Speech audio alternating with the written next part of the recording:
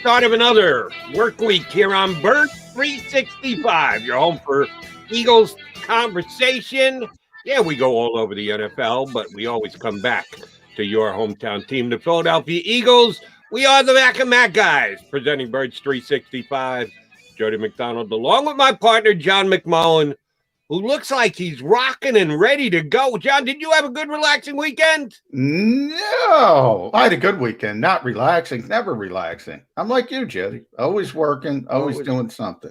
Exactly right. And unfortunately, the Eagles didn't give us a lot to work with. We'll manufacture some good Eagle conversation over the week, but no moves, no statements, no breaking issues to deal with the Philadelphia Eagles. So as we get further into the offseason with another week of workouts and maybe some media availability, we will talk about this team, where it sits right now. And where it sits, we all have an opinion. And I did want to start here today because I've said this before here on the show. I'll repeat it again. If you are an Eagles fan, if you are any kind of a football fan, Peter King's Football Morning in America column on Sunday night / Monday morning. It's supposed to come out Monday morning, but Peter always gets it out at some point during a Sunday night, is must reading, because I think Peter's got his finger on the pulse of the National Football League as well as anybody in this country. And this week he decided to come up with his ranking of the teams in the NFL 1 through 32. Everybody does this all year long. As a matter of fact, I love the fact that after the Super Bowl is played, the day after, certainly the week after, and oftentimes the day after, we bask in the glow of the Super Bowl winner at least for 24 hours. So let's say the Tuesday of the week after the Super Bowl, you got to come out with a ranking of the 32 teams in the National Football League for the upcoming season. But we are now that much closer. So Peter King chose this week to be a week to go with his rankings for the upcoming season. I think we need to note where Peter King has the Philadelphia Eagles. And again, I give Peter King a lot of credit. I think he's as good a football scribe as there is. This side of John McMullen, I don't know that there are any better in the National Football League. So I just want to run these down for you. Let me go through the 32. Then we'll go back. We certainly want to go Eagles specific on it. But there are some teams that surprise me with how high they are, how low they are. Everybody's got their own opinions of how the teams look at this stage of the season. So I want to get yours, Johnny Mac, on all the teams, including where the Eagles sit. He's got Kansas City and Tampa as the top two teams, which he noted in the entire history of the Super Bowl, since it's been the AFL against the NFL.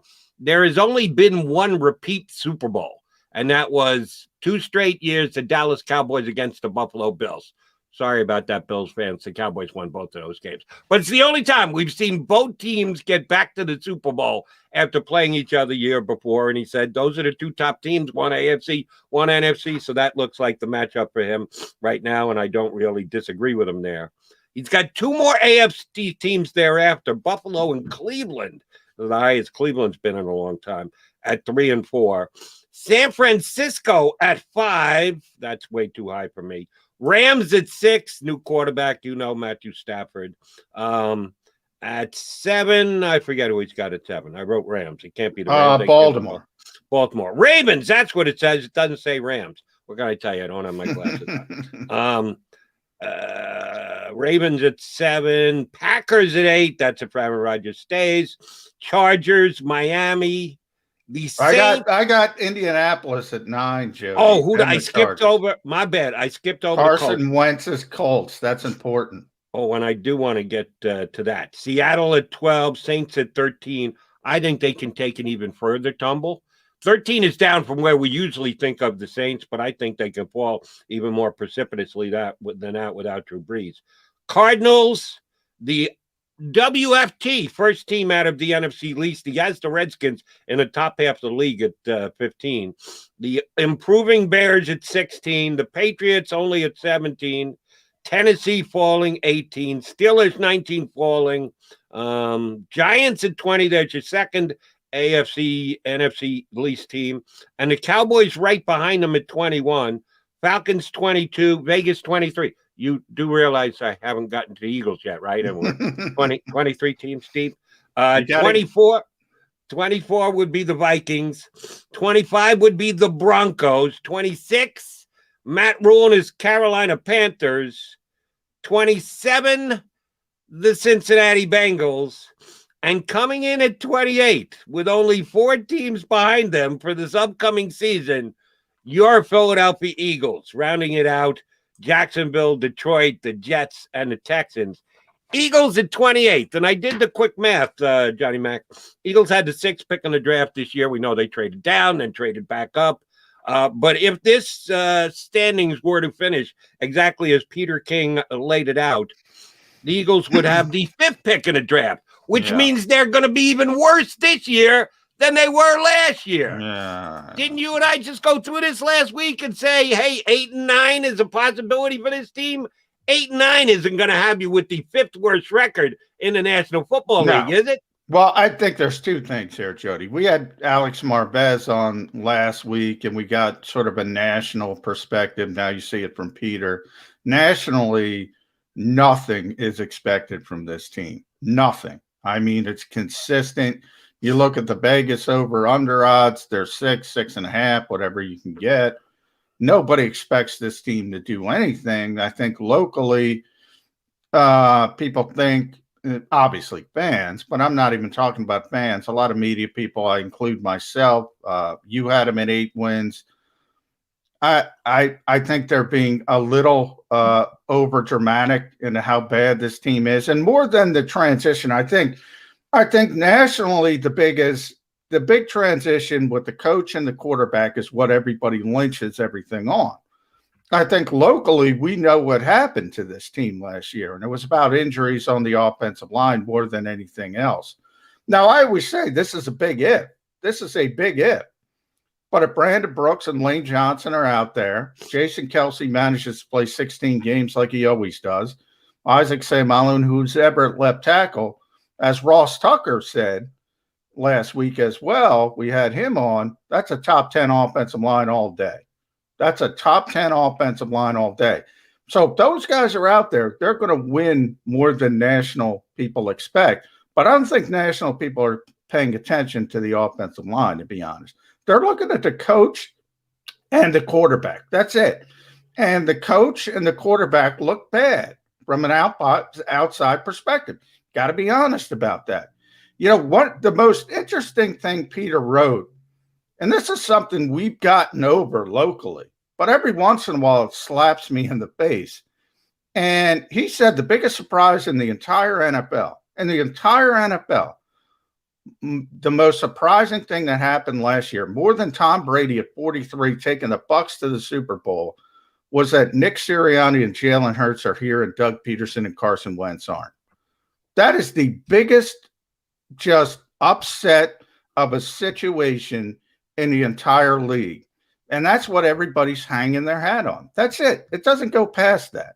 So I think it's going to be better than people expect, because I don't think Nick Sirianni is completely clueless. I don't think Jalen Hurts is going to fall flat on his face.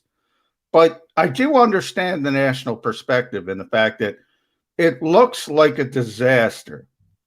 As you get closer, you at least see some of the thought process behind it, and you at least see to some of the things that contributed to the horrible 2020 season that probably aren't going to happen again. Just from an odds perspective, just from a luck perspective, you know, they set a record for offensive line combinations in 16 games, Jody. What are the odds they're going to reach that record or set another record? It's not going to happen. Right. So I think you kind of regress back to the mean at least a little bit. By no means am I trying to say this is a great team. It's not a great team. I don't think it's going to be a playoff team, but I do think they're going to be better than people expect, especially nationally. Here's a couple of things that you touched on that I think we need to clarify a little bit. The return of the Eagles' offensive line as a potential, and I think you absolutely have to put the word potential in there. Oh, yeah. Top 10 offensive line in the NFL. Brandon Brooks and Lane Johnson are major parts of that. Brooks misses the entire year, and Lane Johnson missed a lot of the year. And when he played, I don't think he played at near 100%. So I think it's fair when you're trying to project how that offensive line is going to be able to play this year in this upcoming season in 2021, to turn back the clock to 2019. I don't think you can turn it back to 2017 No. because you're going 4 years back, and that's 4 more years of age added to each of those players, neither of which is 23 years old or was even 23 years old in 2017. So here's what you have to try and project in your own mind when evaluating this Eagles upcoming line. Can Brandon Brooks and Lane Johnson come back at their 2019 form? If they do, then I think this is a team that's got a chance to have a top 10 offensive line. I don't know if that's possible. I know what they look like in 2017, 18, starting to come back to the pack a little bit in 2019, 2020, a lost year, certainly for Brandon Brooks. For the most part, Lane Johnson. Well, what level of play are you getting Lane Johnson and Brandon Brooks at for 2021? I don't think any of us know. We can project, we can guess, we can guesstimate, but I think we need to see it with our own eyes before we project it. I think it's certainly going to be better than last year. As you pointed out, they were moving guys in and out, week in, week out. Some have actually flashed a little capability, which gives you hope that if there are injuries again this year, the guys stepping in might be a little better for it because they'll be a little bit more battle tested and give them their props for advancing the way they did. I got to know what Brandon Brooks and what Lane Johnson, what level those two guys are at. It'll certainly be better than last year, but for the Eagles to be, and maybe you and I are both optimistic because we're calling for 8-9, we're looking at those two guys being on the field, staying healthy, and playing at a close to level of 2019. Let me jump in real quick, Jody. You're right. That's why I say it's a very big if, because these are aging players with significant injury histories. That usually doesn't clear itself up completely. And that's where I bring up the fact that, hey, sometimes you just get luckier more than 1 year more than another, and it's unlikely a back-to-back season. Or Lane Johnson, at the height of their games, Lane Johnson was the best right tackle in football. Brandon Brooks was the best right guard in football. Are they going to be that? Probably not. But are they going to be better than what they trotted out there last year? Yeah, damn right they are. And if they're top 10 or even top 15, top half of the league, that is a huge advantage for Jalen Hurts versus Carson Wentz last season. But I agree with you. I mean, there's nothing you can guarantee. And if they have a bad offensive line again, it could be worse. It could be worse because you have less experience at the quarterback position, less experience at the coaching position. I'm just playing the odds here, Jody. It's hard for me to believe it's going to be as bad on the offensive line as last season. And here's where I think some optimism does come in, at least for me. And you can address this because you too thought the Eagles might be able to get to 8 wins next year. I'm a bigger Jalen Hurts fan than you are. I don't know if he's going to be Eagles quarterback for the next 10 years, but I know he's going to be their quarterback this year, and I think it's at least a 50-50 chance it'll be their quarterback in 2022. I like the kid. I like what he flashed with last year. I like the way he's handled his business this offseason. So first thing first, you got to evaluate Jalen Hurts. Then you need to compare that to what the Eagles got as far as quarterback play was last year. And part of that is Jalen Hurts because he started 4 of the games. And I will weigh that into my evaluation of the Eagle quarterback play from 2020. I'll cut him some slack, Jalen Hurts that is, because he was a rookie. And just because of that experience and a year more growth and being the man during this offseason and getting those number 1 reps in practice leading up to the season, I think has to mark improvement in those games. So it's Jalen Hurts 2021 as compared to what Carson Wentz was 3/4 of the season last year. To let me pick a word to describe it, horrific. That's how bad Carson Wentz was. So can Jalen, and we've been debating for 6 months now, how the hell did this all happen? But it happened, and we know it happened. We watched it happen. We can break down the numbers to note how horrific it was. Can Jalen Hurts be better than that? Well, I damn well hope so, Because if not, he's the worst quarterback in the National Football League. Because, oh, by the way, yes, that's what Carson Wentz was last year. The worst quarterback in the National Football League. So I certainly believe the Eagles can be better this year. Now, is Jalen Hurts going to jump up into the top half of NFL quarterbacks? I don't know about that. Top 2/3 of NFL quarterbacks, maybe. If he's down in the bottom third, well, then the Eagles are going to be nearly as bad a team as they were last year. But I've got to give Jalen Hurts the benefit of the doubt that he can be better in 2021 than the quarterback combination of Carson Wentz 3 quarters, Jalen Hurts 1 quarter were in 2020. Well, I think the same sentiment. One, I got to correct something. I don't, because it's my pet peeve. I don't think you're a bigger fan of Jalen Hurts than I am. In fact, I'm a big fan of Jalen Hurts, the person. What did you say? Hold on. What did you say when the Eagles? What did you say when the Eagles drafted Jalen Hurts in the 2nd round last year? I said it was a bad pick. Oh, okay. I didn't. So that's where I can absolutely sit here and look you in the eye and tell you, John McMullen, I'm a bigger Jalen Hurts fan than you are. One of the two of us liked when he was added to the Eagles. The other one didn't. So you explain that to me. I wish it was John McMullen, but I can look you in the eye and say you're not listening to the context. I thought it was a bad pick because of the Eagles' mentality behind it, not because of the player. The second part of that is you think he has a higher ceiling as a player than I do. You think he has a better skill set as a player than I do. That's different. That's different from liking a kid, wanting him to succeed. I always pride myself on telling the truth. I don't think he has a high-level ceiling as an NFL quarterback. I've said that very consistently. I haven't come off that path. That's where you and I disagree. It's not about fandom or not fandom. So that's my only point. But the second thing is, yes, from the odds perspective, same thing with the offensive line. It's hard to imagine back-to-back seasons with that poor quarterback play. So just going from a common sense standpoint of the pendulum theory where things kind of go back and forth, they're going to get better play at the quarterback position. And part of it is because of the supporting cast. Part of it is because I think the offensive line is going to be better.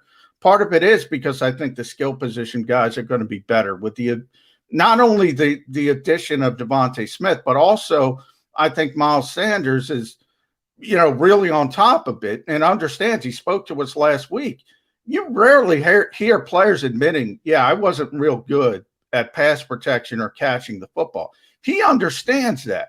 So that to me is really, really positive because he knows he's got to get back in the groove. Maybe he had some of that rookie success and took it for granted. I don't know what happened, but he regressed really badly in those two aspects of the game. I think it's really positive that he understands that, realizes it, needs to work on it. So I think he's going to be better. I mentioned Devontae Smith. I think Dallas Goedert is going to be better, getting more snaps. And then, Zach Ertz had his worst season. So I think it's going to be better at tight end overall. So all this contributes to the quarterback play. And I think it's going to be, I don't think it's going to be vastly better. I don't think it's going to be top half of the league. And that's kind of where we are, Jody. Is it going to be 15-20? Or is he going to be 25-32? Is he going to be Pro Football Focus? Is he going to be the 31st best quarterback? If he's the 31st best quarterback, the Eagles are in trouble. If he's 15-20, they're going to be better than people think. Agreed. And if I did not make my point understandable enough, I apologize. Then let me restate it. Well, that's correctly. More for the fans, who all say McMullen's taking shots at Jalen Hurts.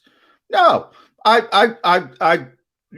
root for the kid. I say consistently, he does everything possible as far as intangibles. I wrote it on phillyvoice.com. I'm also realistic. He's not Trevor Lawrence. He's not Justin Fields. He doesn't have that top tier skill set. He just doesn't. There's a reason. People have overcome it. I've given you the examples. Odds are against it. I think you got to be real. I'm talking about odds a lot. Odds are with the Eagles that they'll have a better offensive line, better quarterback play. Odds are against Jalen Hurts that he's the next Russell Wilson or Tom Brady or Joe Montana. Got to be realistic about that. Okay. I realistically think he could be the next Russell Wilson, who was drafted in the 3rd round as compared to when Jalen Hurts was drafted, was the 2nd round. I'm saying I like Jalen Hurts better as a player, as a And Russell Wilson? potential. What? I'll try this again. I like Jalen Hurts better as a player and a producer on the field than John McMullen does. I agree. That's what I said previously. I thought I said it. If it didn't come across that way or you didn't understand it, then I apologize. And let me be more specific about it. I think he's going to be a better player than you do, than what you think his upside is, his ceiling is. I think he's going to be a better player than that. That's what I meant when I said I like Jalen Hurts more than you do. I wasn't talking about work ethic. I wasn't talking about dedication. I wasn't talking about attitude. I was talking about actual production on the football field. I think he's got a chance to be a top half of the quarterback in the National Football League. Now, I don't think he's going to be as good as Russell Wilson because Russell Wilson's a top 5 quarterback. And I don't know that Jalen Hurts will ever reach those kind of levels. But one thing I'll say for sure, and I'm about 98% confident on this, he's going to be better than what the Eagles were at quarterback last year. That includes himself for the 4 games he started and should have never been lifted in that last game against the Washington football team and the 16 games that Carson Wentz started. He will be better. He will produce more. The Eagles will get more out of their quarterback position this year with Jalen Hurts at the helm than they did last year. It's not going to take a whole hell of a lot to do that since they were the worst quarterback team in the National Football League. I'm not setting the bar real high for Jalen Hurts by saying he'll be better than what they were last year, but I do believe that he will improve them. And I like the way you broke it down in that if he's somewhere between 15 and 20, then there's a massive increase in production. If he's between 20 and 25, that's pretty darn good and is headed in the right direction. If he's only between 25 and 32, the Eagles are in for another long season again. They might win 5 games with an extra game added on. It's not going to be a massive improvement in the team. I got news for you, Jody. If he's 31, like Pro Football Focus says, that's better than Carson Wentz because he was the worst starting quarterback in the NFL. But 31 isn't good enough. So He is going to be better. It's a question of how much better. And nationally, and that's where we started this whole thing, nationally, nobody believes in this team. Nobody. Consistently, nobody believes in this team. And it has to do with the head coach and the quarterback, and I think it's a little bit unfair on both parts of that equation. And at least as per Peter King's, and we're hoping to hear from Joe Santoliquito. He's scheduled to join us coming up here in a couple of minutes on Birds 365.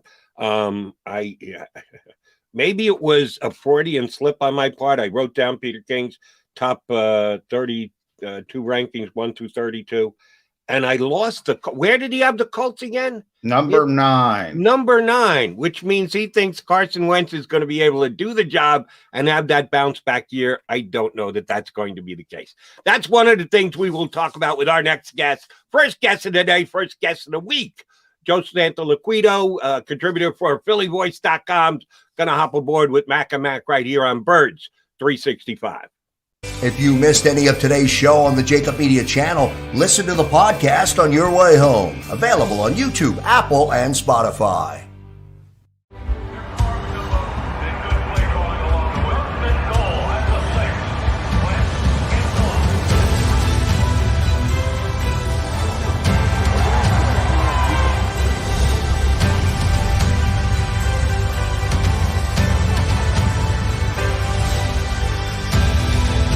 Field of life, First Trust Bank is there for you. 1, 2, 3. Because Philadelphia dreams deserve a Philadelphia bank. The International Brotherhood of Electrical Workers, Local Union 98, is a proud sponsor of The Labor Show with J. Doc and Krause every Saturday night from 6 till 8 p.m. IBEW Local 98's highly trained and superbly skilled electricians are the best in the business, setting the highest safety standards in the electrical industry. So when you're planning your next industrial, commercial, or residential project, choose an IBEW Local 98 union contractor. Learn more at ibew98.org. The future waits for no one. so we refuse to wait for it.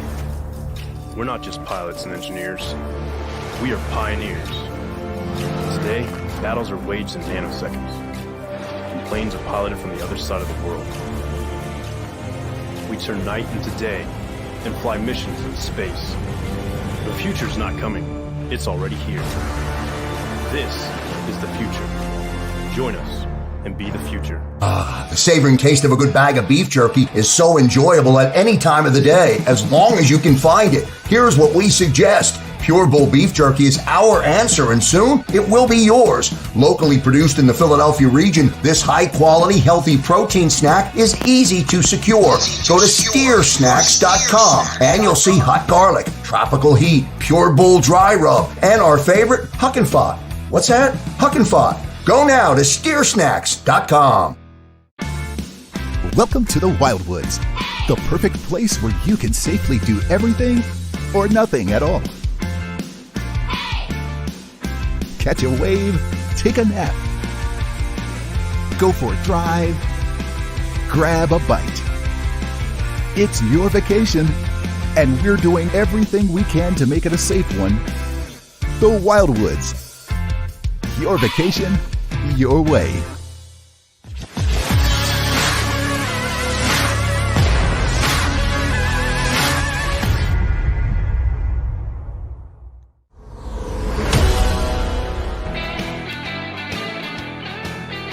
Hey, Monday, kick off the work week edition of Birds 365 with your Mac and Mac guys, Jody McDonald, John McMullen, here to join us. First guest of the week. What is that I see around his neck? Did he win a gold medal on us, or is that a sling? What's the deal here, Joe? Joe Was on the injured list. Yeah, that's a sling, guys. That's a sling. What happened? I took a spill. I found out my head and the rest of me is not as rock hard as I thought it was. You okay? Yeah, I'm getting there. I don't think I'll be throwing 90 miles an hour anytime soon, though. Okay. Did you throw 90 at one point, or did you have the nasty? Not even close. Slide? Not even close. I'd be lucky if I threw 60. All right, Joe, we got you. I don't know if you heard us, Jody and I, going back and forth on Peter King's first power rankings of the season. Most notable, he's got Indianapolis. What is it, May 24th? Exactly. That's how silly it is. But nonetheless, it's Philadelphia. It's Birds 365. Mm-hmm. From the national perspective, nobody expects anything from this team. Nobody. I mean, nobody. And it's consistent across the board, and it's about the head coach and the quarterback. Ultimately, he's got Carson Wentz and the Colts in the top 10. He's got the Eagles in the bottom 5. This is where we are nationally. Is it that bad locally, or is everyone misreading this situation? I think it's that bad locally. You guys both know a lot of people in the field. I know a number of people in the field, and not too many people are optimistic that this team can finish above 500. I know there's been some folks on the radio, some prognosticators on the radio saying that they're going to win. I believe I heard someone say someone's going to win as many as 11, which you still have a tough time seeing. You got two ends of the spectrum. You got the fans and you got the more realism. I think it's, as usual, it's, somewhere in between, to be honest. I still say, and again, I had the honor of being your first guest on your show when you guys first began. I still say, and I actually literally put my money where my mouth is under, I think what's it, over under 6.5? 6.5. So yeah. I still say 5 or 6. There's some growing pains here. There's some things here that people are going to have to deal with when it comes to this team. And you're dealing with an older team, for the most part, an older team. You're dealing with a system. I mean, people don't understand what goes into installing an offense, what goes into installing a defense. It is something there that I know I had the pleasure of talking to Coach Vermeil, the legendary Eagles coach, Dick Vermeil, who I think we all agree should be in the Hall of Fame. And he still rails against the fact that the coaches today do not have they can't install things in a practical way where you can walk through things. Everything today is video and Zoom and virtual. So it's one thing to know it in your head. It's another thing to train and build muscle memory to where you're going on the field and seeing and flying to where you have to be, to reacting where you have to be, as opposed to thinking where you have to be. And I think, in my opinion, my very strong opinion, there's going to be a lot of thinking, at least in the first 2 months with this Eagles team. Because again, you're dealing with something new, something there that's new to everyone. And you're also dealing with a bunch of new players. So new players, new system, new coaching staff. And there's a lot of learning and time to absorb all this stuff, before they're able to turn around and practically use it on the field. So are you telling me the get-togethers that the Eagles had last week in their first off-season group workouts, they didn't come together like a jigsaw puzzle with all the pieces fitting perfectly? Is that what you're trying to tell us, Santoliquito? Yeah. You can't make me laugh too much. Things hurt still. But yes, that's what I'm saying. That's no problem. But that is exactly what I'm saying. And again, it's going to take some time. And I don't care how much talent you have in the world. I mean, was it Coach Arians, guys? Refresh my memory, but I believe it was Coach Arians that said, it took even the great Tom Brady time to learn and fully ingest that Tampa Bay system down there. So if it could take someone like a Tom Brady who has immense football IQ, who's an incredible hard worker, who studies everything, if it took him time to turn around and take that whole offense in, it's going to take time for all these guys to take the Nick Sirianni offense in. Yeah, so we talk about off-season work, Joe, and the scale back further. There's no mandatory minicamp. The veterans kind of got that in return for coming in for the OTAs, which, by the way, start today officially down in South Philadelphia. But it's glorified walkthroughs. So when you talk about guys like Dick Vermeil and Bruce Arians, who sort of been on both sides of the fence, not so much Dick with the pandemic, obviously, but certainly Bruce, the scale back in time to work with these guys, and especially with a new coach installing new systems, is it even possible in the current environment? I don't think it is. No. That's why I believe the advantage goes with the other three teams in the division. I know they're going through some transition. I know Dak is back.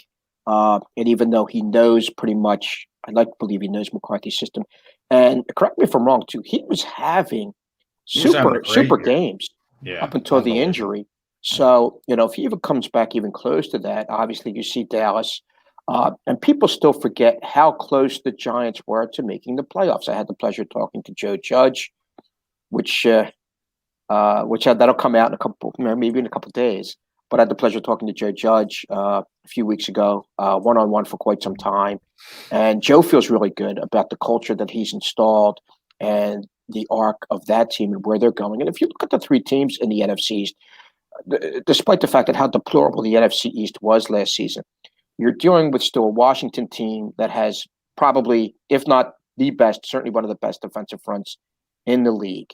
So they're going to be back. They're dealing with, and in Washington too, with getting a veteran quarterback in there that has seen probably every defense going back to Barney Rubble and Fred Flintstone. So that's so you have something there that's improving. You have a lot of weapons up in New York with the Giants, and you certainly have a lot of weapons with the Reds, with the Cowboys. And with the possibility of Dak coming back. So you have three teams that I believe are on an upward, going up in an upward arc. And the Eagles, either they're going to maintain, because I don't think it can get any worse than last year going 4-11-1, or they're going to turn around and they're going to basically, they're going to get better. I think we all agree there's no doubt they're going to be better. But I don't think they're going to be that much better than they were last year, again, because I think a lot of it has to do with the growing pains and learning and absorbing the system. Oh, by the way, we're going to have Zack Rosenblatt on a little bit later, who covers the Giants for NJ.com on with us. We're going to try and start to get some people on about the other teams behind enemy lines, the other teams that Eagles will be facing off on, specifically twice, each with divisional opponents. Let me get this out there before Zack ever hops on. I like Joe Judge. I think the Giants have a really good young head coach in place. Stop whining about last year. Just drop it. Forget about it. Yes, the Eagles with the unstoppable Nate Sudfeld in the second half kind of screwed the Giants a little bit, but you were 6-10, coach, okay? It wasn't like you were some running into the playoffs, building up momentum, about to take over the National Football League team. You're 6-10. So, yeah, did you get stiffed a little bit, not make the playoffs last year? Yes, you would have lost to Tom Brady instead. It would have been your team losing instead of the Washington football team in the first round. So at some point, you got to drop that and move on. But I do think Joe Judge is a good young coach who's going to give the Eagles problems for years to come. Joe's contention with that whole situation was he was railing against the situation, not the Eagles situation per se. I mean, the man told me straight to his face, has immense respect for Doug Pederson, immense respect for the Eagles organization. That comment, he felt, in Joe's opinion, was taken out of context. He was railing against the situation itself, that under him, his New York Giants wouldn't do what happened in the end of that game. As a matter of fact, there's a lot of guys in the league. They felt as if, this was a shot against the integrity of the league, because you hear about tanking, certainly in the NBA. You hear, smidgens of tanking here and there with different other sports teams. But hardly ever, if ever, would you ever hear the word tanking equated with the NFL in any way. I mean, what's the saying again? Any given Sunday, where a lower team, I mean, the Eagles have been certainly beneficiaries of teams that didn't certainly tank in the end when they've turned around and they made the playoffs. I believe, guys, was it that great run with McNabb and I would say McNabb's last great season when they made that run and they lost to the Arizona Cardinals in the NFC Championship. But they got a bit of a streak, correct me guys if I'm wrong, that they had to get some help towards the tail end of that season to even make the playoffs. And then they got on a hot run and boom, could have led to another, amazing historical season. But in a lot of ways, it still did. And the Eagles were certainly the beneficiaries of teams that didn't tank. Yeah, Joe, you don't even have to go back that far. If you go back to 2019, the Eagles needed, I believe it was Chicago. Was it Chicago to run, or was that the year before? Either way, Chicago was clearly on the route to winning the NFC North. They didn't have to play in Week 17. They were going into Minnesota. All Minnesota needed was a win, and the Bears just bulldozed them. And then they had to play the Eagles. No, that was 2018. No, 2018. 2018 season. Then they had to play the Eagles, and they lost to the Eagles. Yeah, the double doink game. Yes, exactly. So you don't even have to go back that far. Yeah, and that's just kind of what gets me here a little bit. That's where I think it's not just the Giants that have a right to turn around and bang the drum, with the Eagles and what they did in the final game of last season. It's the NFL. And it's just like, this is kind of a bad precedence, guys, that we don't like to see, because I think there's a trust factor in here, an unspoken code that the NFL has always carried and carried it in a very glorified way that, we're always going to give as much as we can give, despite the talent levels that are certainly different, but we're always going to give it a shot. And I know, and we all know, there's players on that Eagles team that were not exactly happy the way that final game played out. And that's a credit to them. Jalen Hurts wasn't happy. Yeah. I mean, he wanted to go out and win that game. Man, that's the competitiveness. But, the one thing I will say, and to both of you guys, and the Giants are a perfect example, because you talked to Joe Judge, Joe, and as you said, you explained what's going on with him, and he doesn't think the philosophy of that team, that organization would do that. But guess what? If John Mara tells him to do it, he's got to do it. I mean, John Mara told Dave Gettleman, hey, we got to win this year. You got to go out and sign free agents. You never know what position a franchise is in. Yeah, and the Eagles are certainly smart enough guys to turn around and realize and make the moves that they made to get in the playoffs. To get themselves in a position to get the Devonta Smith.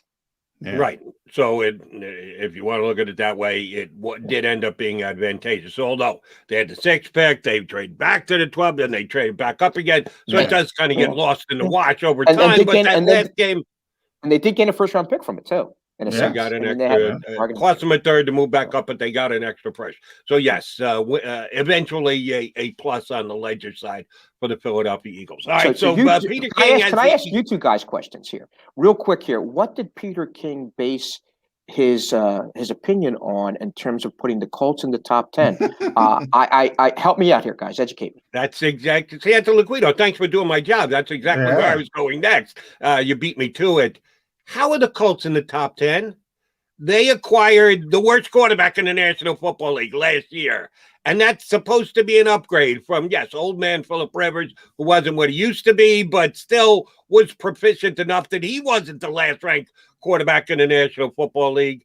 And the Colts have had an okay offseason in addition to that. At best, I think their draft was okay, nothing special. Is it because the other teams in that division are going backwards? I think Tennessee takes a step back. We know the Texans take a big step back because of their quarterback question position. Jacksonville was 1-15. They should be better with their new quarterback and their new tight end, Tim Tebow. They should be much. I don't get it. How do you put the Colts in the top 10?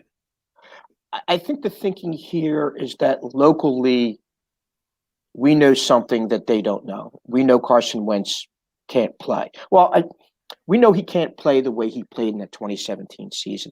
I still think he could play. I still think he can be, and again, I equate him with Matt Stafford. If he could be Matt Stafford, yeah, the Colts, I think, can be that good, but he still has to prove that he could be that good. And it's kind of interesting. I'll go back here again when I did my story in January 2019. Again, you guys know locally I got bashed. Nationally, there was a lot of acceptance of that story. Now, here the twist side of it is that people nationally have a belief in Carson Wentz that we all saw shouldn't be there. You know, there shouldn't be any kind of faith or trust in him until he proves it. I still believe Carson has some ability. I still believe Carson Wentz can win in this league. But again, when he had that lit the world on fire in 2017, he's going to be the next great thing. He's going to last forever.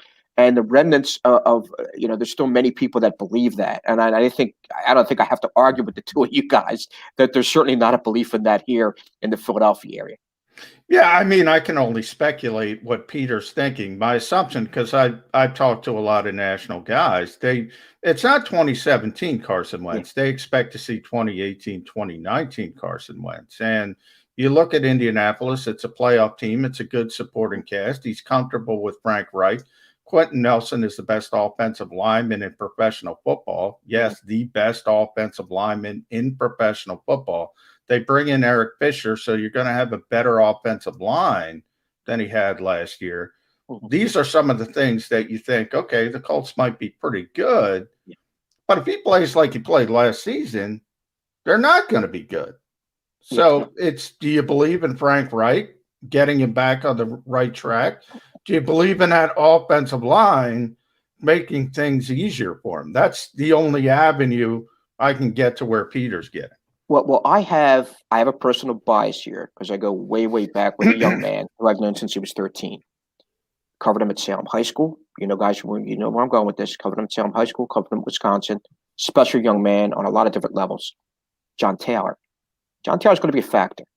And if they run any kind of balance there, ease Wentz in, they could be very good. I mean, Carson Wentz deserves quite a bit of the blame for last season, but also, again, what we all touched upon, that Doug Pederson could have helped him out in different situations, starting him off with things easier, starting him off with the quicker routes, as opposed to 5 and 7 step drops, eased him in, built the confidence. And I think that's something there that Frank Reich will do with him. I think he'll ease him in to what they're doing. I think he'll turn around. They will rely on John Taylor and that offensive line. Some ball control, having that mix. And again, if we remember, Carson Wentz did exceptionally well in that system with Jay Ajayi and the Garrett Blunt and the way they pounded teams in that 2017 season. They beat the living hell out of those teams. They wore them down, and that's how they won. And it opened up so many different things for Wentz throughout, all over the field. So if you look at it from that perspective, I can see and understand where Peter King is coming from. And it does make some sense considering, again, a better offensive line. You have a quality, proven running back in Taylor, who, again, in my opinion, is only going to get better.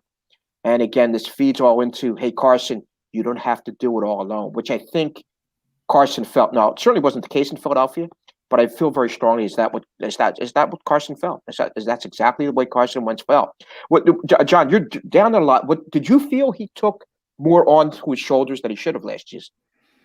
Yeah, I think Carson has the type of personality where if things are going bad, he tries so hard to get out of it. The old, he just digs the hole deeper. He's pressing, becomes that type of situation instead of just letting, Doug would constantly say, I can't tell you how many times I heard him say, let the offense work for you. Don't worry about extending plays. Don't worry about that. If the guy's open, throw the football. By the end of it, he didn't trust what he was seeing. He didn't trust his own receivers. He didn't trust the running backs to be in the right spot as an outlet receiver. He didn't trust his protection. He didn't trust anything. And he didn't trust himself. He didn't trust himself. And you saw the decline in play. That's let me run this. What it came down. Let me run this speculative question by both of you two guys. How much will the level of Carson Wentz's play this year, after all is said and done, Colts put up whatever regular season record they have, in the playoffs, not in the playoffs, winning the playoffs, they do what they do, and you're going to have your own opinion on what that will be at this time. How much of Carson Wentz's play in the Colts season will dictate whether Coach Doug Pederson is back on the sidelines in the NFL in 2022? That's a good question. Either one of you can go ahead and answer. I'll tell you what. I'm going to say this on a personal scale. I could see Doug coming back in 2023. The reason why is, first off, now did his son sign with the 49ers or Arizona? That's a good question. I have to look that up. So his son's in the league. I think Doug would like to take some time off. And I believe Doug does have 2 more years left on his $5 million a year deal with the Eagles, correct? He still has 2 more years. Yeah. So I think when the time comes when that $5 million is up and Doug runs out of that money, which I don't think Doug's going to do. We both know Doug is a good, mature, wise man who's going to enjoy it as he should. I could see 2023 being a season where Doug comes back. There's a lot of people that we all know in the Philadelphia media that think Wentz is shot. Ironically, again, me, Mr. quote unquote Wentz hater.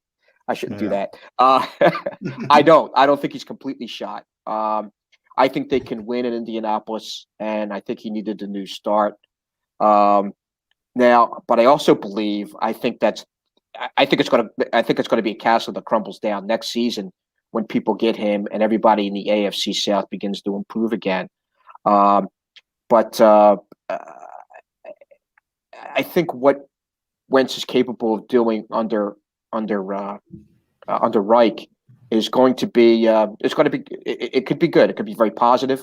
And I also think you have in Reich someone there that has a personality that'll turn around, and at least in the beginning, because I'm sure through time, because coaches seem to tend to be this way with Mr. Wentz, I'm sure through time, having a full season and being the head man, dealing with number 2, that through time, Carson's reliability to frustrate people around him will once again surface.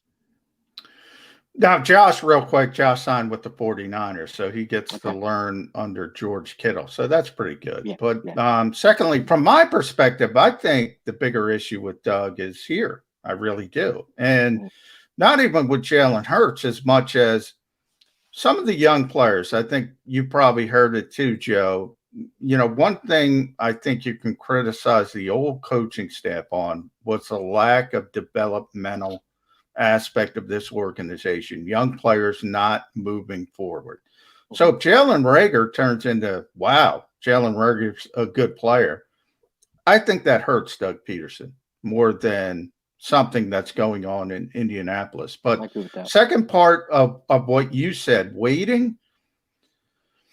Boy, waiting comes with it, out of sight, out of mind type of thing. And I do think the Lombardi Trophy still holds some cachet around the NFL. I think he could get back into it next season if he wants to. But if he wants to wait, boy, man, life moves fast. They might move fast. He has That $5 would be million. my He has concern. $5 million. He has 5 million reasons. Oh, I'm not saying he needs to do it. I'm saying Yeah. if he wants to do it. Yeah. That And would be my concern. John, I like your concept that the Eagles under Doug Pederson last couple of years didn't develop their young guys. I might cut him some slack for Jalen Reagor, but if J.J. Arcega-Whiteside Somebody turns like into a that, player this year, that'll look real bad for Doug because they had 2 years of J.J. and couldn't get squat out of him. And all of a sudden, he's a contributing wide receiver. Yes, that will point at Doug quite badly that why couldn't you do this with the owner selected J.J. Arcega? But I digress. We're talking about the Eagles and the additions during the offseason, Joe. Will Ryan Kerrigan be this year's key offseason addition that maybe you didn't see some coming? Maybe you even question it a little bit because he doesn't fit the mold of what the Eagles are going to try and do. He looks purely like a rental to upgrade their chances this year. Oh, by the way, I got no problems with that. Everybody wants to compare him to Chris Long, and I'm not suggesting, like Chris Long, he'll be the missing piece to raise the Eagles to high levels like a Super Bowl championship. But veteran guy comes in, does his job, makes you a better football team. Can Ryan Kerrigan be this year's type of player? I think Ryan Kerrigan's going to add more off the field than he is on the field. He is 32. I believe the Eagles linebackers coach, I think he's only 27. Yeah, I think he's 27. Yeah. So I think all I hear about Ryan Kerrigan are good things. Good guy off the field, good guy on the field. There are a lot of similarities with he and Chris Long. Intelligent. So many people could learn from him. I think he is a culture, a foundation kind of guy that you can get in there. And again, the younger players can learn work ethic. They could learn the things that he knows. And I think he's also the type that will impart his wisdom to other players. Despite the fact that I think the world of Joe Flacco, unlike Joe Flacco. Joe is an older guy, a veteran, a Super Bowl winner. But, if he has a chance to reach out and turn around and help Jalen Hurts here and there, I think he will. But I don't think he's going to go out of his way to do that. With Ryan Kerrigan, I believe he is the type of character guy, the type of guy that every team needs. I don't care what area of sports it is, NBA, NFL, NHL, MLB. He's a guy that's going to make people around him better through his wisdom. I don't know how much more he has left in the tank. And again, this is a team that I think we all agree is not going to be very good. When they got Chris Long, the infrastructure was far younger. Your Fletcher Cox was younger. Jason Peters still had something left in the tank. Kelsey didn't have as much wear and tear on him. Brandon Brooks did not break down with the two torn Achilles. You have Lane Johnson. That was still, arguably one of the best tackles in the league. So the infrastructure was there when Chris Long came to this team to push this team over that top. The infrastructure, I think we all know, is not there for this Eagles team. It's a young coaching staff that actually, the ironic part is they can learn as much from Ryan Kerrigan as the players, next to Ryan in the locker room. So I think he's going to do far, far more off the field than he is on the field. And the operative word here is this is a team in transition. And again, a team that's not going to win anytime soon. But I think someone like a Ryan Kerrigan can help institute the kind of culture that Nick Sirianni would like. All right, last one from me, Joe, and I want to thank you for fighting through the pain, getting off the injured list. Tough guy, Santoliquito. First 365. I can't wait to see you. And that's not just for boxing swag. I'm not looking for free stuff. Yes, he is. Wink, wink. Yes, he is. But listen, the two years, I'll take care of the 2 years. Also, real quick. I know it's Eagles night, 365, but I'll tell you what, that Jose Ramirez fight with Josh Taylor over the weekend was fantastic. I didn't see it yet. It was on ESPN. It was a great fight, and it certainly was. It was about real fights, real fists, real fighters. and not some YouTuber who likes to snatch hats off people and run around with all that business. It's just a whole mess, and that's why boxing's in the state boxing's in. Also, real quick aside, can we call ourselves the three bald tears? What are you talking about? The three bald tears. With my Budweiser hat on. Yeah. So you that's why we have you on. Well, you guys can fight for D'Artagnan. I'll fight for one of the other guys. Yeah. That's why we have you on, Dave. We've got to have that symmetry. But I do want to say, we're going to be talking this time next year. And I'm going to predict that. And I want to know if Jalen Hurts is still going to be the Eagles quarterback. Wow, that's a good question.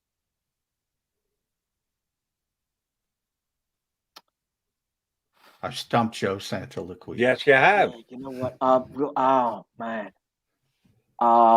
The fan in me wants to say yes. The media me says no. No, I think they'll look for another answer next year.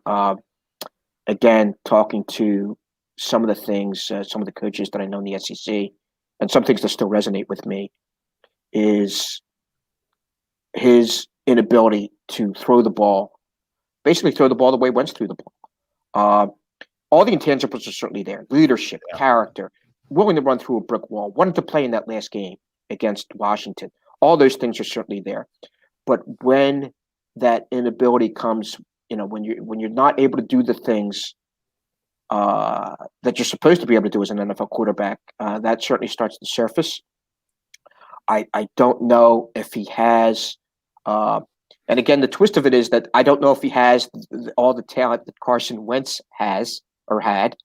But certainly, again, if you put Wentz's ability with Jalen's character, you have a hell of a quarterback. But regrettably, I don't think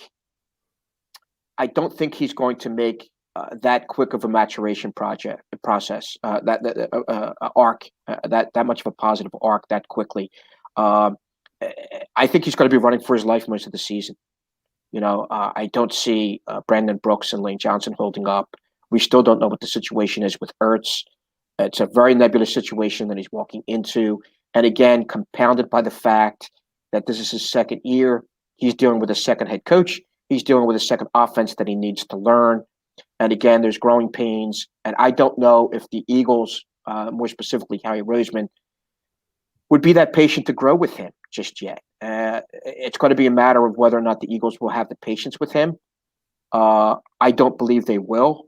And professionally, as a media person, wearing my media hat, I say they're going to look for someone new. They're going to have the two first round picks next season. Probably and three. Probably three. And one of them's going to be very high, and probably is going to be theirs because, again, I don't see them winning more than 5 or 6 games next season. So, I see them picking a quarterback in next year's draft, and I see them picking them pretty high. And regrettably, Jalen Hurts will not get the opportunity that I think he deserves.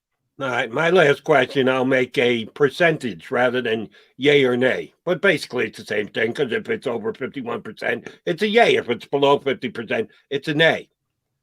Will Greg Ward lead the Philadelphia Eagles in number of catches in this upcoming season the same exact way he did in 2020? Wow. I'm going to say definitive no. I think Jalen Reagor could step up. Another hater. Yeah, no. Maybe just 3-way tie between Fulgham, Reagor, and Greg Ward. No, we got Devontae now. That's what am I saying? Yeah, Devontae's going to lead touchdowns. He's going to go with touchdowns. Where Greg Ward, by the way, led the Eagles this past year, touchdown receptions as well, in addition to overall receptions. I'm going to give you the top 2 Eagles receivers right now. Where are we? What's today's date? May 24th. Well, hold on. Devontae Smith, Dallas Goedert. Well, yeah, hold on. You have to define top 2 receivers. Is it number of receptions, reception yards, or touchdown receptions? Which category are you using to determine top wide receivers? Reception yards and touchdowns are more important to me. So I'm going to say I could see Goddard having more touchdowns than Smith. But either way, it's 1-2. John, out of the wide receiver crew, who do you see leading that pack? Devontae's going to be Devontae 1. Smith. Rager's going to be 2. Okay. Number 3 is going to be determined. If it's Greg Ward, it's a disappointing situation for the Eagles. Okay. All right. Listen, hey, I give you guys a lot of credit, and I'm surprised both of you aren't wearing sunglasses with the light bouncing off my head. But Same here, brother. Yeah, well, you got it a lot easier. For some reason, it bounces off this dome. a little bit more radiant. It's a good thing that Joe Santoliquito could eat left-handed because the right hand's on the disabled list. But Joe, we appreciate you gutting it out for us. Thanks for hopping on with us today, buddy. Gotcha. It's always a pleasure, guys. Thank you. Thanks for having me, guys. Joe Santoliquito here with us on Birds 365. All right, we'll come back. J-Mac. We still got plenty to discuss, including our first time this year going behind enemy lines. We will from time to time check in with someone who covers the Giants, the Washington football team, and or the Dallas Cowboys, just to see what's happening in their neck of the woods that the Eagles are going to have to deal with twice, both in season during the regular season and maybe even a playoff matchup in this upcoming year. Zack Rosenblatt from NJ.com will join us a little bit later. So Mac guys here on Birds 365. If you missed any of today's show on the JAKIB Media channel, listen to the podcast on your way home. Available on YouTube, Apple, and Spotify.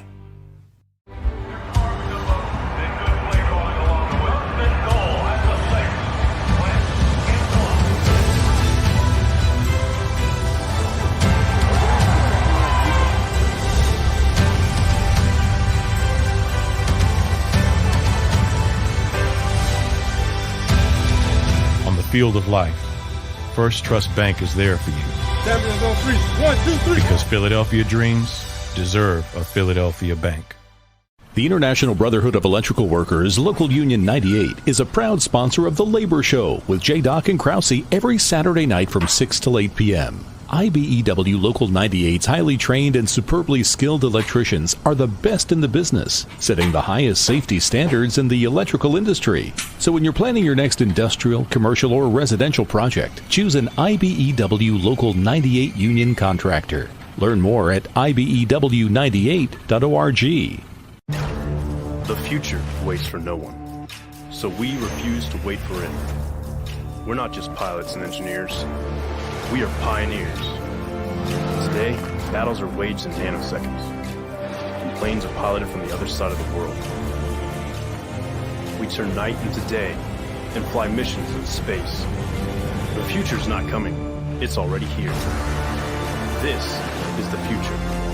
Join us and be the future. The savoring taste of a good bag of beef jerky is so enjoyable at any time of day, as long as you can find it. Here's what we suggest. Pure Bull Beef Jerky is our answer, and soon it will be yours. Locally produced in the Philadelphia region, this high-quality, healthy protein snack is easy to secure. Go to steersnacks.com, and you'll see hot garlic, tropical heat, Pure Bull dry rub, and our favorite, Huck and Fod. What's that? Huck and Fod. Go now to steersnacks.com. Welcome to the Wildwoods, the perfect place where you can safely do everything or nothing at all. Catch a wave, take a nap, go for a drive, grab a bite. It's your vacation, and we're doing everything we can to make it a safe one. The Wildwoods. Your vacation, your way.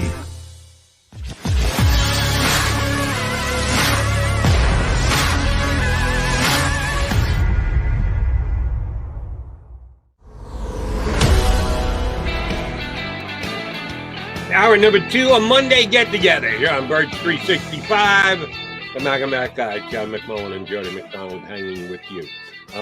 Thanks, Joe Santoliquito. I didn't know Joe got banged up, and you wouldn't know either, because even though he might hop on the Zoom conferences, you guys don't get a chance to look at each other. You get to listen to each other, but you don't get a chance to look at each other. I didn't know Santoliquito was on the, I guess evidently, the IL these days.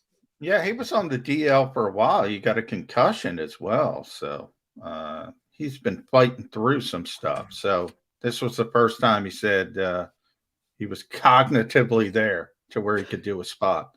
So And you can't be calling it the DL anymore, Dave. Injured list. Okay. The injured list. Yeah. Which I don't like that either, Jody. I don't like all the 3-point shots. I don't like all the strikeouts. I don't like injured list. I like disabled list. I'm going to keep the DL. Yeah, you and I both only called it that for 50 years. So why should we go about changing it now? Here's a question I have for you, and it is a leading question that if this were courtroom, you would object, and the judge would sustain. Objection. It is absolutely leading. What quarterback for the Indianapolis Colts will win the most games this year? Will it be Carson Wentz, Jacob Eason, or Sam Ehlinger? If you are one who believes that Carson Wentz might just go down again this year. This past year, Carson Wentz stayed pretty damn healthy. Never really dealt with any injury issues, which flew in the face of what the previous 3 seasons had been all about. At some point, Carson Wentz going down with an injury. You always go into the year believing your guy is going to be healthy and upright for all 16 games or 17 now. But history is what history is, and Carson is an injury history quarterback. How do you think the Colts are going to fare if their backup quarterback or their backup's backup is actually got to get into the game this upcoming year? Boy, I got to tell you, Jody, that's one of those situations where Carson Wentz went down early, say in training camp, the offseason, something of that nature, and it was a season-ending injury. I think they'd go outside the organization. I really do. I don't think they would count on Jacob Eason or Sam Ehlinger. And Jacob, I think, was a I don't know, 4th or 5th round pick in 2020, and Ehlinger was a 6th round pick this year. I think that's one of those situations where they go outside the organization, whether it's talking somebody out of retirement, making a trade for a veteran backup, just trying to cobble it together and wishing, hey, we should have kept Jacoby Brissett. Right, who ended up down in Miami, which I think is a pretty good landing spot for him. Would Phillip Rivers be that guy? Do you call Phil and go, Boy, yeah, I we would know make you that, stepped away, but... I would make that call. I'll tell you that right away. That'd be the first call I would make. I mean, he's still going to coach high school football. In theory, he's still going to, throw the rock around a little bit. Let's be honest. I mean, Phillip Rivers couldn't move at all for the last 5 years of his career. He can still throw the football. It's the first call I would make. He knows the offense. See, I'm a fan of Jacob Eason. I thought actually he was going to be drafted higher than he was in the 4th round 2 years ago. I thought that was a very good value pick for the Indianapolis Colts where they got him. I still think the kid has the potential to be a starter in the NFL. They had to go out when Rivers stepped aside. They had to go out and they had to get a guy who had already won in the National Football League. If it had not been Carson Wentz, it would have been someone else. I don't think there was any way they were going to turn the team over to Jacob Eason. Because remember last year, he didn't get a preseason even play in. No rookie quarterbacks who weren't just handed jobs got the chance to show whether they can or can't play in the league. So you're making all your value judgments by what they show you in practice, which as a 4th round draft pick, Jacob Eason just wasn't going to be able to step up and do something like that.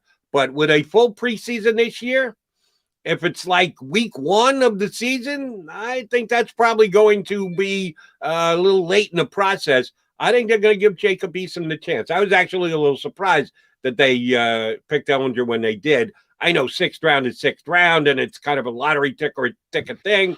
And I thought he was value at that point in the draft. I'm not sure what the Colts are going to do. Well, I don't know. I will say Easton, he sort of an old school guy, probably 6'6". I mean, he's big, 230, 235, pocket passer. I don't know. I mean, when you talk about guys in the 4th, 5th, 6th round, as you mentioned, it's pretty much a lottery ticket. Sometimes a lot of teams in this league think you should always take a developmental quarterback every 1 or 2 years. The Eagles are in that category. And who knows? It is basically, going to the convenience store and saying, hey, maybe the Mega Millions hits if this guy's forced to play. I don't know if the problem is, Jody, if you're a playoff team And the Colts come in as a playoff team, expected to make the playoffs. Peter King's got him ninth best team in the National Football League. It's really tough to say, okay, we're going to shift gears to a young quarterback with no experience because you have a good supporting cast. Your fan base has expectations.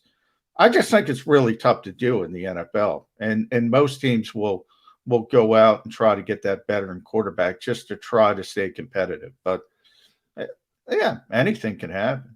True. And maybe I'm just too big a Eastern fan, but your point about expectations coming into the season being higher for the Colts, and certainly they are here in Philadelphia, is probably spot on. The other thing that grabbed my attention a lot over the weekend, John, when it came to football, was the ever-growing list of teams that could have, should have, will have already shown interest in Julio Jones, who for some reason the Atlanta Falcons seem very motivated to make an ex-Falcon. At least that's the way that it was being portrayed this weekend. I don't quite get that. Yeah, I don't get it. I don't get it. I don't get it at all. I really don't. Especially after you make that decision, Jody, and say, okay, we're moving forward with Matt Ryan. I mean, okay, I get it. I understand it. I actually agree with it. You can play late into your 30s, as we've seen at a high level at the quarterback position in modern football. You're not going to be better than Matt Ryan, at least early, even if you take a young quarterback. So I get that. But then you have to take advantage of having Matt Ryan, and Julio Jones is part of that, as is Calvin Ridley and now Kyle Pitts as well. But if you take Julio out of that equation, it doesn't make sense to me that you move forward with Matt Ryan. So I don't get it at all, to be honest. That doesn't really make sense to me. And adding to the fact that you're right, if you stick with Matt Ryan, then you're saying, well, we're going to try and win games this year. We're going to bring in a new coach, new coaching staff, and think that's going to turn things around enough that we can be competitive for a playoff position. And if you are in that mode, then you don't trade one of the more talented receivers in the National Football League. And what makes even less sense to me is if you're going to go that direction, you make that call before the draft. You go out and say, all right, we're going to go in a different – we're going to trade Julio Jones. You do so, and you get whatever draft picks, and I guarantee it's going to be at least a 1 and maybe a 1+. His contract is a little large. And, oh, by the way, teams have made a lot of their moves and don't have a lot of salary cap flexibility, which means his contract becomes a deterrent, which is probably going to reflect itself in what you get in return. Not only from a philosophical standpoint do I not understand this, from a logistical and timing standpoint, I don't get this either. Why would they trade Julio Jones now? Well, it's a June 1st thing. They'll save $15 million. They're cash strapped. It's always, salary cap related. But again, yeah, you're right. You have to understand what you're going to do before that. One of the most overblown things about this salary cap thing, and we've had a lot of executives on, they've all explained the same thing. Yeah, it's a difficult environment. I'm not trying to say it isn't with COVID, scaling back the cap, and you having less money than expected. But Jody, everybody knew it was coming. Everybody knew it was coming. So you had this plan in place, or you should have had this plan in place.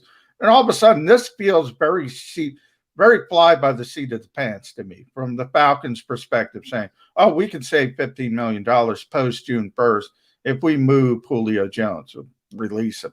He is 32 years old, so you say all that. But he's also 5-time first-team All-Pro, consistent. He's still playing at a really high level. The timing doesn't make sense for me from that perspective. The only thing that makes sense from the Falcons is they save some money. So that's the only thing this would be about. Literally the only thing. And, oh, by the way, saving money does what for you? Nothing. It's not like you're going to be able to spend it on great free agents that are sitting out there. Most of the best free agents are already done and signed. So are you just trying to put money back in the pocket of Arthur Smith? Is that what the Falcons are doing by contemplating this trade? Yeah, I mean, it's tough to understand once you make that decision. It wouldn't be tough, and this is where I bring in planning. So, you made the decision. We're going to move forward with Matt Ryan. Once you make that decision, if you drafted a quarterback, if you drafted Justin Fields, I'd say, okay, you might as well move on from the 32-year-old, superstar. Better to get out a year early than a year late, blah, blah, blah. And let's build everything back up together. Once you make that decision to move forward with Matt Ryan, then I think you got to keep the band back together.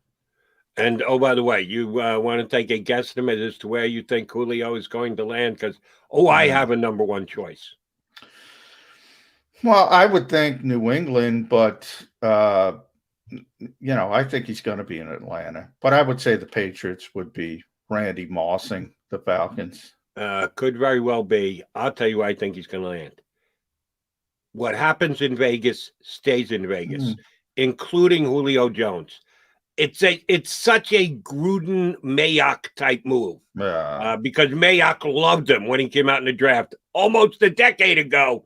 And Gruden just loves to add key pieces, and he'll think that he can be smarter and turn Julio Jones around and get him back to the level of the best wide receiver in the league. Turn him around. He's still awesome. That's where he doesn't fit with the Raiders. He's too good for the Raiders. That would be my general philosophy as well, but Gruden will somehow attempt to take credit for rekindling the career of Julio Jones, which I don't think needs rekindling, as you just alluded to. It doesn't make sense to me. But I do think he'll probably be traded past June 1st.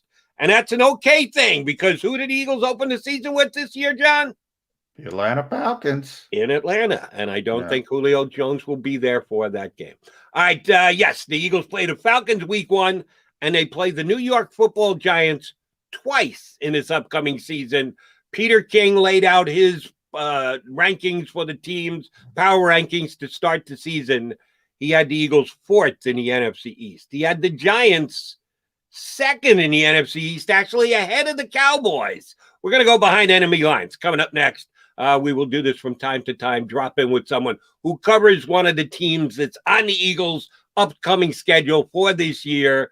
That would be the Cowboys twice, the Washington football team twice, and the New York Giants twice. Zack Rosenblatt, who covers them for NJ.com, Giants beat reporter, joins us next here on Birds 365. If you missed any of today's show on the JAKIB Media channel, listen to the podcast on your way home. Available on YouTube, Apple, and Spotify.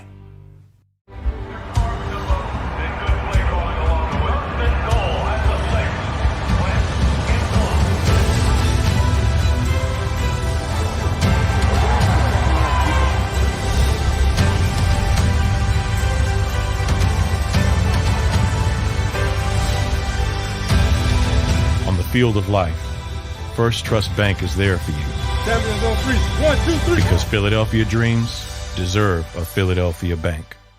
The International Brotherhood of Electrical Workers, Local Union 98, is a proud sponsor of The Labor Show with J. Doc and Krause every Saturday night from 6 till 8 p.m. IBEW Local 98's highly trained and superbly skilled electricians are the best in the business, setting the highest safety standards in the electrical industry. So when you're planning your next industrial, commercial, or residential project, choose an IBEW Local 98 union contractor. Learn more at IBEW98.org. The future waits for no one, so we refuse to wait for it. We're not just pilots and engineers. We are pioneers. Today, battles are waged in nanoseconds, and planes are piloted from the other side of the world. We turn night into day and fly missions in space. The future's not coming. It's already here. This is the future. Join us and be the future. The savoring taste of a good bag of beef jerky is so enjoyable at any time of the day, as long as you can find it. Here's what we suggest. Pure Bull Beef Jerky is our answer, and soon it will be yours. Locally produced in the Philadelphia region, this high-quality, healthy protein snack is easy to secure. Go to steersnacks.com and you'll see hot garlic, tropical heat, Pure Bull dry rub, and our favorite, Huck and Fod. What's that? Huck and Fod. Go now to steersnacks.com. Welcome to the Wildwoods, the perfect place where you can safely do everything or nothing at all.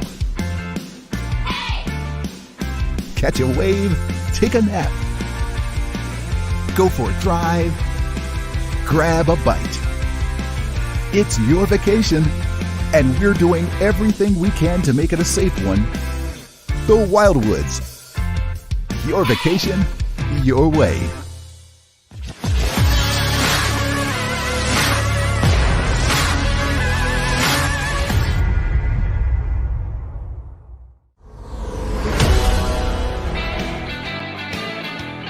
Another week of Birds 365 getting jump started here on this Monday get together.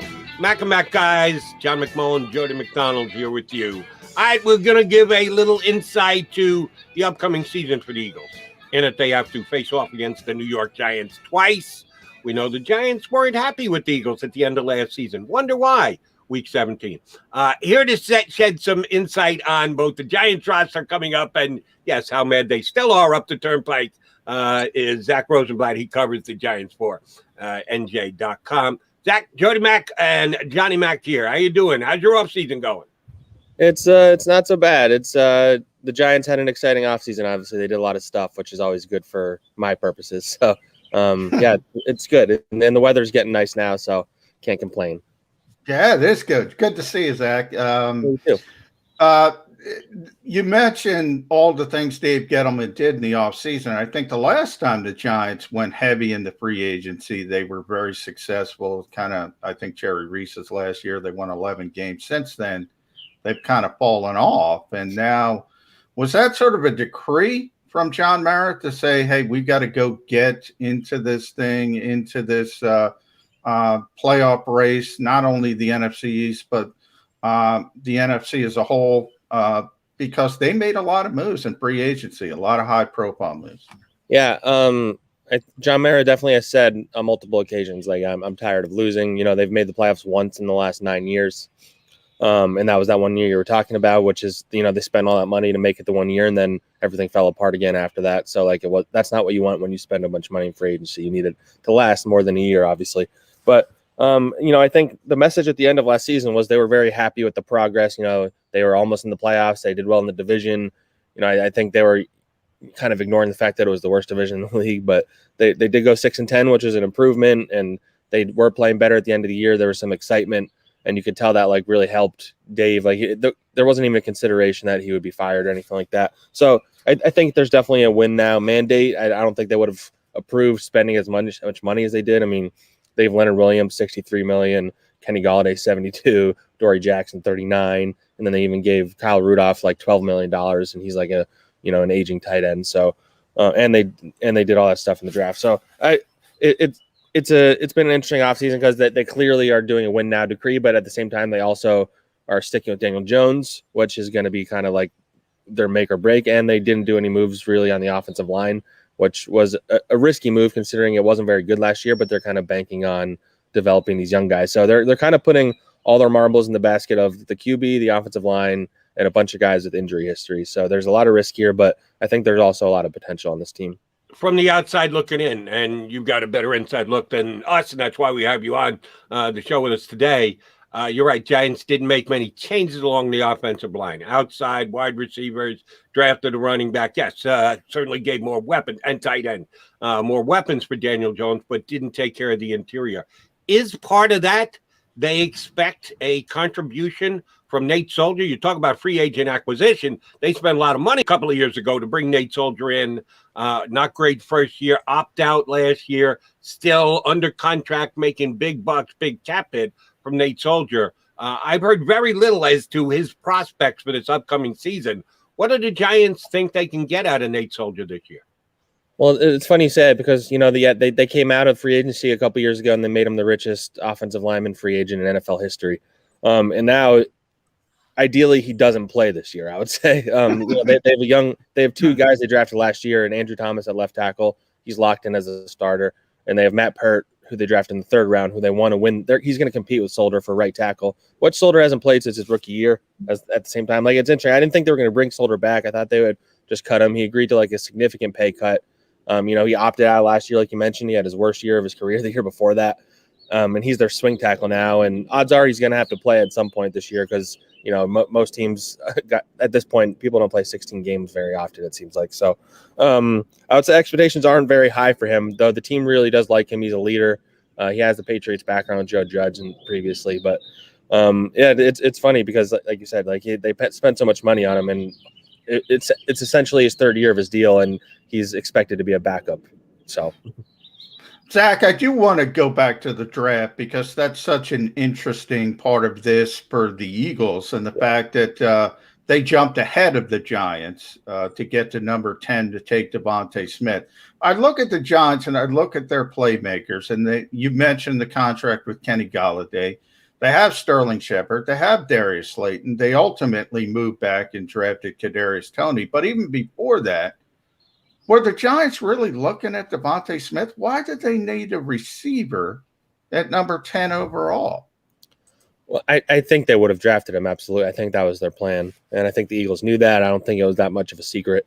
The interesting question, I think, is, that offer they got from the Bears was so good that, like, I don't know if I would rather that offer or if I would rather Devontae Smith from the Giants' perspective. I know it made sense for the Eagles to going at Devontae, obviously. I think it's a little different. But like I said, yeah, they have these guys, but at the same time, I don't think any of these receivers they have are necessarily sure things. Kenny Golladay only played 4 games last year. Sterling Shepard has had injury history throughout his career, and I think after this year he's a potential cap casualty. Darius Slayton is talented, but he's also nearing the end of his contract in a couple of years, and he didn't do as well down the stretch last year and was kind of banged up. So I think they see a lot of question marks, and I think the guy they drafted, I think they view as more than just a receiver. At the same time, they view him as a guy who can come out of the backfield, can go in the slot, can play returner. They can even do wildcat plays with him if they really wanted to.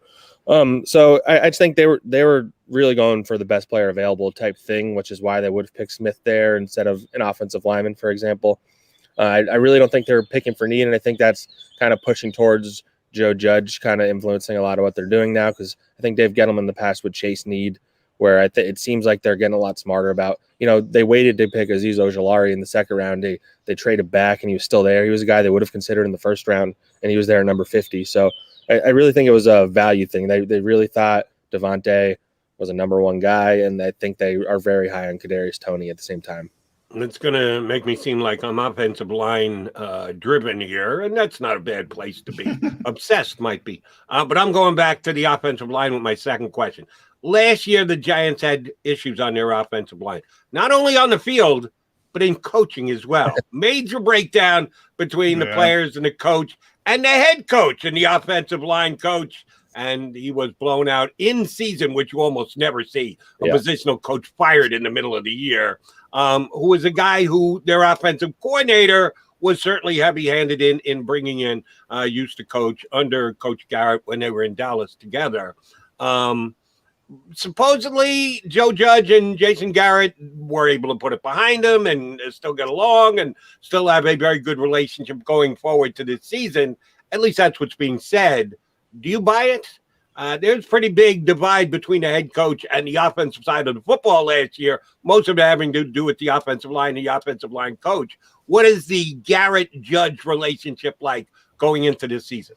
It's a good question because, the offense was bad last year. They were the second worst team in terms of scoring, and they still went 6-10. So that tells you that if the offense is even a little bit better, they win that division probably pretty easily. And the thing is that if Joe Judge didn't have a good enough relationship with Jason Garrett, I don't know if he would be back this year. So they brought Jason Garrett back.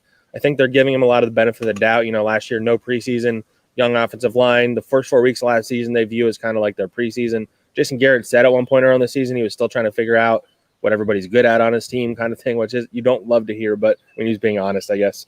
And so I think they're, first year Daniel Jones in that system, and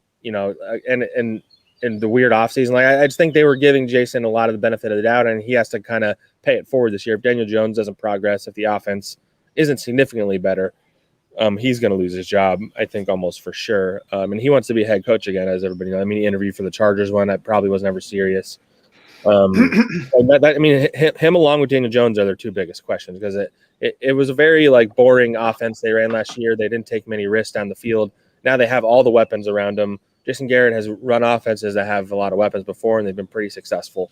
So, I mean, there's no excuses for him anymore. Like this offense just can't be as bland and boring as well. And Saquon Barkley getting hurt, I forgot to mention too, was a part of their because they built that offense around him, and then he was gone, and then they didn't really have a backup plan. So I think they have more talent if that were to happen again to stomach it. But Jason Garrett he needs to do a better job. There's no question about that.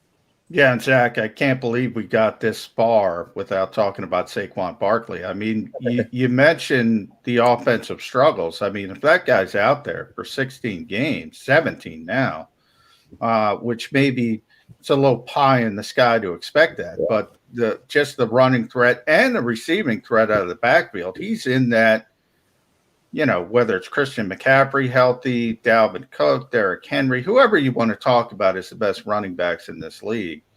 Saquon Barkley's got to be at the top of the conversation. If he's healthy, how much better does he make that offense by himself?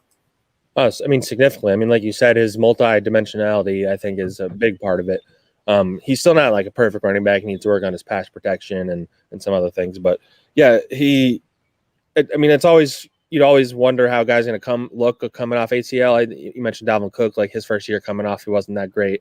Then the year after that is when he started dominating again. So it's going to be Saquon's obviously a freak of nature physically, so I think everybody kind of assumes he's going to be fine, which is probably a fair assumption. But yeah, I mean, he's the offense is still going to run through him. That's been their goal. They don't hide it. They want to be like a team that pounds the ball and is able to run the ball really effectively. And the fact that they have better receivers that in theory should be better at getting open than they were last year should help a lot. They have 2 tight ends now. A lot of it will come down to the offensive line, which before Saquon got hurt, the run blocking was pretty bad. It got better. But yeah, I mean, he kind of changed everything for them. They want him to be the face of their team. He has a contract coming, so he's a lot of motivation this year. And it's going to be very interesting to see how it plays out for him, because he needs to prove that he can stay healthy. The last 2 years he's been banged up. And he's heading into a contract year. I mean, they're probably going to pay him regardless, but if he can come out and look even 80% of what he was before the injury for this first year, I think they're going to be in pretty good shape, you would think. Second consecutive year, the Giants made a pretty aggressive play on the free agent market for a cornerback. Last year, they paid James Bradbury a lot of money, and guess what? He played up to that contract, had a phenomenal year for them. This year, Adoree Jackson, who a lot of Eagle fans were speculating and hoping that he would land here in Philadelphia, instead landed up the turnpike with the Giants. I thought a pretty high number for what Adoree Jackson, in my opinion, brings to the table. But again, Giants can look back and say, look, we picked the right guy last year. We're going to pick the right guy this year again. How does Adoree Jackson fit into the scheme as the cornerback across from Bradbury and the Giants defense this season? Yeah, I mean, there's no question. I think everybody agrees they probably overpaid him, especially because he had just been cut and he was making less than so that in theory, the Giants could have just, given the Titans a 7th-round pick or whatever. But, I mean, they clearly I don't think they expected him to be available. I don't think their goal was to pursue like a top-end cornerback like that. I think they really like him, his versatility. They think he can play inside and outside. When he has played, he's not someone that like gets a lot of interceptions, but he gets a lot of pass deflections, and he's played pretty well when he's been healthy. Last year was a weird year for him. He only played like 3 games towards the end of the year, which is kind of strange. But I think they're very high in him. This defense really does value versatility. And Patrick Graham is one of the more creative defensive coordinators in the league, I think. And then you have James Bradbury on the other side, who was one of the probably 5 best corners last year. And so I think that gives Adoree a little more freedom to. I mean, he's probably going to get targeted a lot more than he has been in the past, because people are in theory going to avoid James Bradbury, but. They showed this offseason and last offseason, they spent money on Logan Ryan. They drafted cornerbacks early this year and last year, Aaron Robinson, Darnay Holmes. They have Jabril Peppers. They drafted Xavier McKinney last year. So they're kind of like building from the back to the front on this defense. I think that's kind of their philosophy. I think that's a Patriots philosophy. They always do that. And I think you're going to see if that pays off, because secondary had been an issue for a long time for the Giants, but I think it's their biggest strength.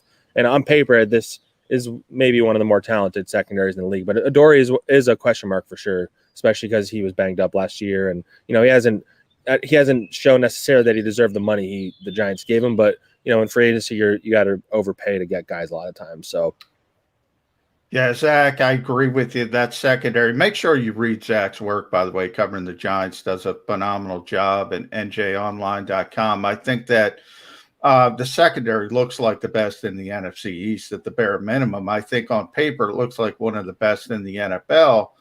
The concern is the front seven, particularly the pass rush. But the one significant loss I look at was Dalvin Tomlinson. How are they going to replace him? I thought he was a really good player.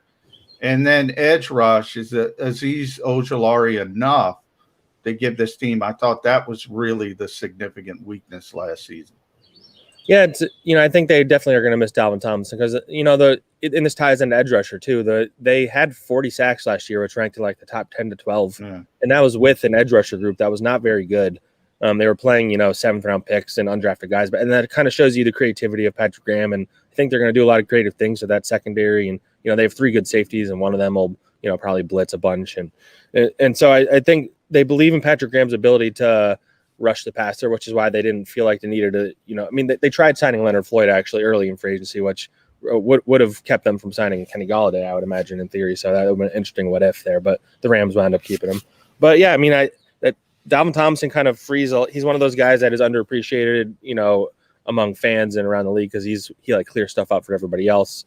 I think that they valued Leonard Williams more than him clearly, and I think it's fair to see why Leonard Williams was their only pass rusher last year. He had 11.5 sacks. He was dominant. He earned the money he got.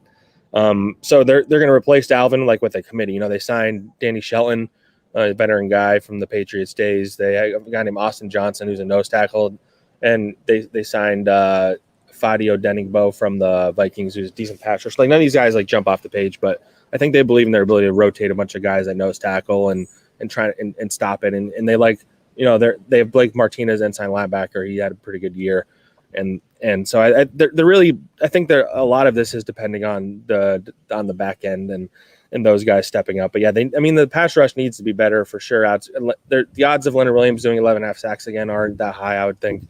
So you need Ojulari to come in and play right away. He's going to be a starter, I think. Lorenzo Carter coming off an Achilles injury. Shane Zyman is coming off an injury. And so there's nobody really proven in that group. So they kind of are just banking on somebody breaking out, and that's risky for sure. Zach, let me ask you an evaluative hypothetical question. Let's say the Giants are similar to last year's Giants, slightly better. We got 11 games, so we'll give them maybe 8 wins. They're somewhere about an 8-9 team. But 8-9 team has got you to week 18 in the NFC East because I don't think anybody's going to run away and hide. So they're right there in the same position that they were this past season. Joe Judge certainly safe. If Daniel Jones of an 8-9 team is in the bottom half of the quarterback rankings, you use whatever metric you think is most telltale, touchdown passes, completion percent, whatever it is. He's in the bottom half. He's not buried down at the very bottom in the 29, 30, 31, 32 range, but he's not in the top half either. He's somewhere in the upper 20s, let's say. Who makes the decision that Daniel Jones is no longer the quarterback of the New York Giants? Does Dave Gettleman get to keep his job? Is he the one who makes the decision, or is one of the Maras the one who makes the decision, and they do so by selecting a new general manager who might make that decision that the Maras think should be made? It's an interesting scenario, and I think a very realistic one, because, like you said, I think they have enough talent to be competing for the division at the end of the year. But what that looks like is kind of it's like the context is what matters. Like they were 6-10 last year, but they were division contenders. So the Giants spun that as a positive. I think you could have spun that as you were a 6-win team at the end of the day. That's kind of like the rub here, because it's hard to. I think John Mara has a tendency to stick with guys longer than he should. They did that with Eli. They did that a little bit with Coughlin, and so I'm very curious to see how they'll play. I think the Daniel Jones factor. One thing that they have going for them is with that Bears trade they made last year, which uniquely Dave Gettleman making that trade when he's in theory on the hot seat was interesting because it was like a down the line trade. So they have an extra first. I don't think the Bears are going to be especially amazing. I don't know how you guys feel about the Bears. I don't, especially if they're playing a rookie quarterback, and I don't think their offensive line is very good. So they, in theory, if the Giants go 8-9, like you said, so that puts them around the same draft pick as they had this year in the 10 to 12 range or whatever. They missed the playoffs. And then you have the Bears pick. If that's top 10, they can go and get a quarterback if they really like somebody in this draft. So I think in that scenario, maybe they do move on from Daniel Jones, because then he's also coming up on a new contract at the same time, and the Dave Gettleman factor a little more. I mean, I wouldn't be surprised if in the coming years he heads towards retirement. He won't say that he is. He is up there in age. He's 70. So I don't know. That's a very. I don't know if I have a definitive answer. I would say maybe they move on from Daniel Jones, and Gettleman is 50-50. But I could also see them, deciding that they want to keep going with those guys because they were just close enough there again. Let me ask you a question. Interesting way you depicted it, and you might be dead on right. If Gettleman decides to step aside, that he gets one of those, will be a consultant for the Giants, but not the everyday general manager type deals. We've seen enough of those over years in the NFL. Usually when something like that happens, someone is elevated within the organization. They don't go out and have a search for another general manager that comes in from another team. Is there a guy under Gettleman now that is got that kind of gravitas and is respected within the organization, aka by the Maras, that could step in and take that job if the Giants were able to go that way? So the answer is both yes, and I think the fan base would be pretty upset if they move on from Gettleman, and because the one of the problems the Giants have had is they kind of keep it in the family, so to speak. Like Dave Gettleman's a guy that had been with the Giants for a long time before they hired him. And the guy that you're talking about, that'll be next line, is Kevin Abrams. He's been like their salary cap guy and their assistant GM for like 20 years. He's been in the front office for like 20 years or something. And in theory, he's always been like the next in line guy. But I don't know if that's the biggest change you want to make. And with Joe Judge in the building, I wonder if he would want to go and hire somebody from his, the Patriots tree. There's a lot of executives like that. And that's another thing where I'm very interested, hiring Joe Judge, and he's kind of influenced a lot of the way they do things. He's changed a lot of things in the building. I wonder if that would extend to John Mara's process for hiring a GM, because in the past, like I said, he's just stuck with the guys that they know. So Kevin Abrams would certainly be a candidate. They did hire a guy from the Lions named Kyle O'Brien, who was the number 2 to Bob Quinn for the last few years. I don't know if he'd be that exciting of a hire either, but if you want somebody who hasn't been with the Giants forever, he'd be another internal candidate. But yeah, I would hope they would actually do shirts, because one of the biggest criticisms the fans had when they hired Gettleman in 2018 is that they didn't really do a big search. They talked to Abrams, they talked to Gettleman, talked to Mark Ross, who was still in the Giants building, and they interviewed Louis Riddick. But I think the intention was to hire Gettleman the whole time, and I think fans are pretty upset with that, especially because of the results that we've seen the last few years. All right. For those who don't remember, Zach used to cover the Eagles. So before he went up to cover the Giants. So I do want to get the outside perspective of how Giants fans are looking at the Eagles, because nationally, the latest being Peter King, nobody thinks much of this team. I think you realize that, Zach. It has to do mainly with the head coach and the quarterback. Just want to get that outside perspective. The Giants fans look at the Eagles games as a couple of gimmies this year? I don't know necessarily look at them as gimmies. I think historically, when one of those teams is terrible, those games always wind up being weird. But I mean, we haven't really talked about it, that you referred to it earlier. I think Giants and Eagles fans hate each other as much now as they have in a long time, and it's exciting for me. Anytime you tweet something, I'm a Giants writer now. Anytime I tweet something about the Eagles, you get the fans fighting in the comments. It pretty much all started with that Week 17 thing with Doug. Yeah. Which is interesting because Doug's not here, Carson's not here anymore, Nate Sudfeld's not here anymore. A lot of those guys aren't here anymore. But you had that, and then you had the Devontae Smith trade. I think Giants fans were upset in the moment about that. I know Jabril Peppers tweeted something where it was kind of making fun of how Devontae Smith didn't really look that excited in his team photos. And then the fans were fighting about that. And I don't know. I think there's more juice in the rivalry than there's been in a long time. Whether either of these teams are actually any good this year, I think that's definitely up for debate. I think the Giants, on paper should be a lot better, but you could also see a scenario where they're not very good. And I think the Eagles, like you said, people are expecting them to not be good. I think it also wouldn't shock me if they surprised people, obviously, because we've seen that before with them. So I'm excited for the Eagles-Giants games this year. I don't know if Giants fans think the Eagles are terrible. I'm sure they do. But I think a lot of it has to do with just kind of like the hatred kind of rising again. And the fans being in the stands for those games is going to be fun because in the past years, you know, the Eagles fans have taken over MetLife. The Giants were so bad. A lot of time when those games, especially when they were late in the year, Giants fans had already given up. So it would be mostly Eagles fans in the stadium. I don't know if it necessarily will be that this year if the Giants are competitive again. And that's exciting to me. I'm excited to get the fans back in there and you know, seeing some crazy stuff happening, tailgates and all that stuff. From the game within the game perspective, you mentioned it earlier that this is a judgment year for Daniel Jones. Gave him a bunch of offensive weapons. Hasn't stepped up and stamped himself as a franchise quarterback yet. So this could be a Giants decide to go in another direction off season because they've got draft assets that could give them the possibility of doing that. Oh, by the way, the Philadelphia Eagles in the same exact position. Jalen Hurts, very much a proven type year. And if they want to go in another direction at the end of the season, they've got the wherewithal to do that. So the matchup between these two quarterbacks in the two games they play this year are not only Giants versus Eagles, but I'm going to claim the quarterback position for my organization type matchups. Who's in better position right now? The Eagles with their current quarterback or the Giants with their current quarterback? Wow, that's a really good question.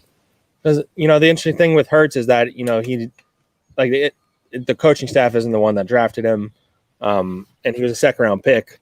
So, in theory, like, I don't know, like, if he's bad, then I don't think they would feel too bad about moving on from him kind of thing. But, you know, Daniel Jones, this is his third year. He hasn't been good for 2 years. Joe Judge didn't necessarily draft him, even though he's defended him. Like, I would say, you know, who's safer out of the two? Probably Daniel Jones, maybe, just because they've invested so much in putting stuff around him. And I think that, you know, the Eagles are trying to build something with young guys. And I don't think Howie, if Jalen is bad this year, I don't think he would hesitate to draft somebody or, you know, make a blockbuster trade. I know everybody's, you know, speculating about Deshaun Watson or whatever, but yeah, I mean, that's a very interesting question. And you could wind up, you know, if it's the end of the year and those two guys are going against each other for, you know, to make the playoffs or whatever, like that game could decide which quarterback is there long term too. So I didn't even think about that, and that's gonna be fun to see too. You know, hopefully both those guys work out because the NFC East is better when there's good quarterbacks. So that's true. Hopefully both those guys. Like there's a lot of questions. You know, Dak Prescott's the only one you could say is good, and even he's coming off an injury. So those two guys are like such different like talents and personalities. Like it'd be fun to have like a, you know, an Eli Manning versus Donovan McNabb type thing going on again. Last one from me, Zach. Want to thank you for hopping on. Of course. It's Daniel Jones. What do you think of him from a personal level? Is it just ball security? Does he have everything else to be a successful quarterback in this league? And can you fix that? I mean, different position, but Tiki Barber with the Giants is a perfect example of the guy that had real significant ball security issues, managed to turn it around. You don't see that happen that often, though. Yeah, you know, obviously I've had to think about Daniel Jones's like talent, his potential a lot. I think one way I've thought about it is I think he's not as bad as like everybody outside New York thinks he is. Like he has like a reputation of being like one of the worst. I don't think he's one of the worst quarterbacks necessarily. I also don't think he's as good as the Giants think he is, where they're, you know, passionately defending him and, you know, we think he could be the guy. Like a lot of times when they're defending him, a lot of the points they hit are about his competitiveness and, you know, how much they respect him and all this stuff. And when you're not talking about the football skills when you're defending a guy, I think that's pretty telling a lot of times. But I don't know. I think last year was alarming. Like I know it wasn't his fault. The offensive line was bad. The receivers were dropping balls. They weren't getting open. But you can't throw 11 touchdowns in 14 games. Like that's almost impossible in the modern NFL to only throw 11 in 14 games where you played almost the entire game. So I think his ceiling probably isn't like superstar. I think his ceiling is probably like a guy, as they say, you can win with, not one that's going to win for you kind of thing. Like, but he also, like you said, the turnovers.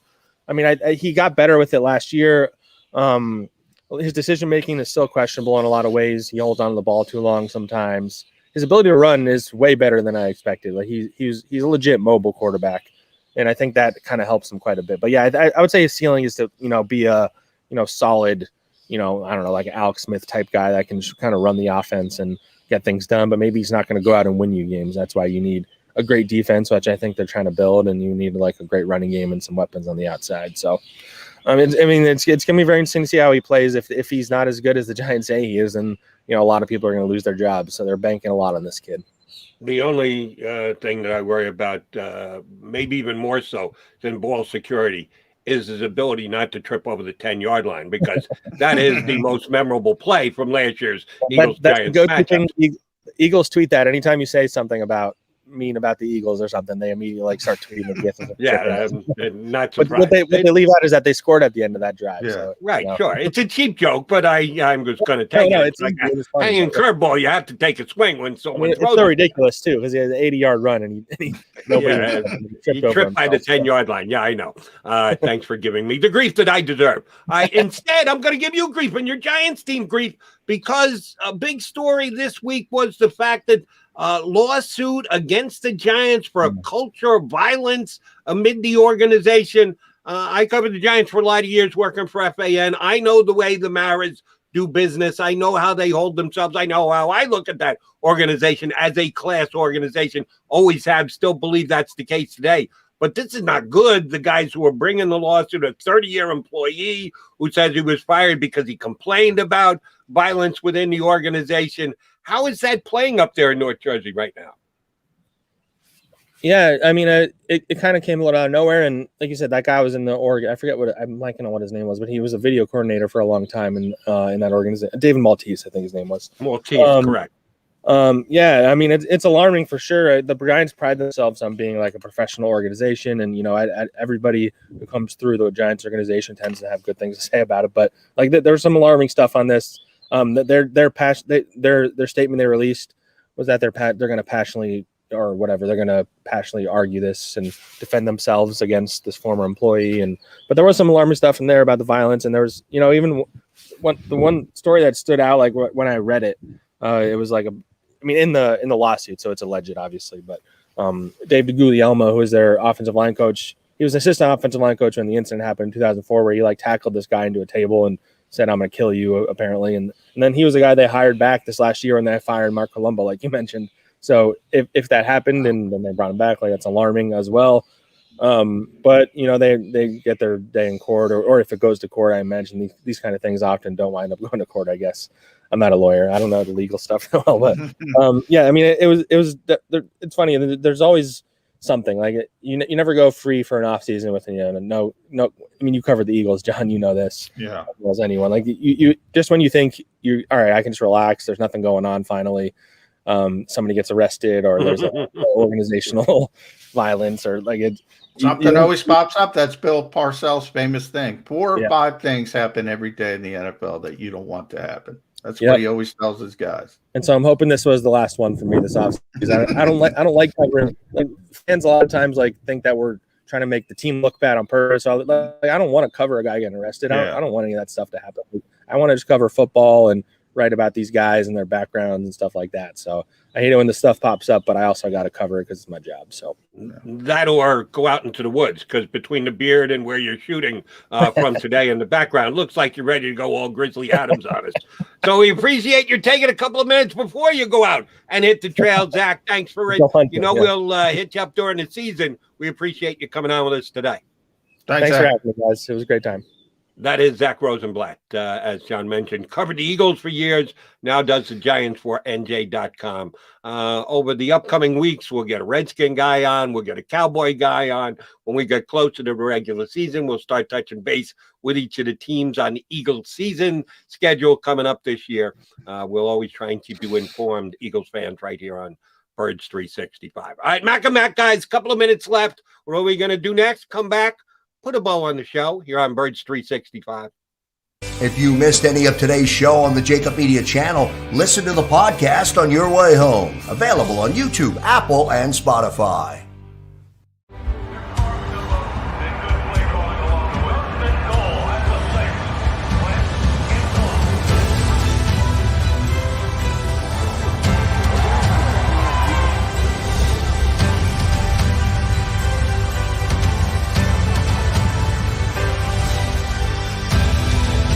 Field of life, First Trust Bank is there for you.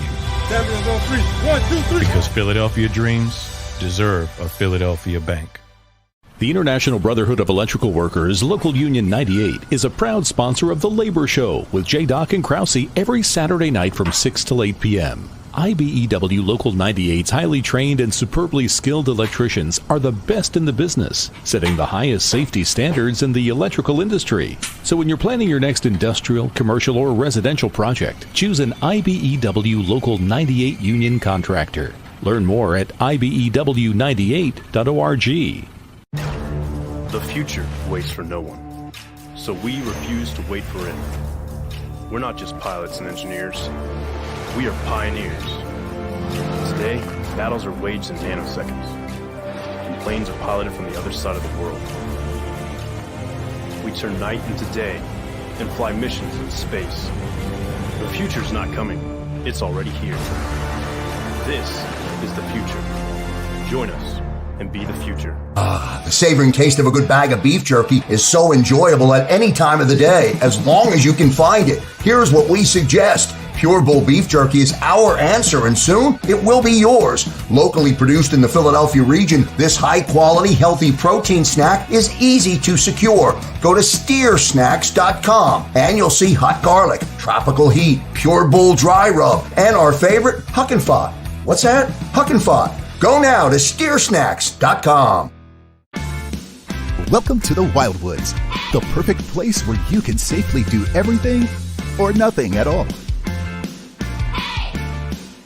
Catch a wave, take a nap, go for a drive, grab a bite. It's your vacation, and we're doing everything we can to make it a safe one. The Wildwoods. Your vacation, your way.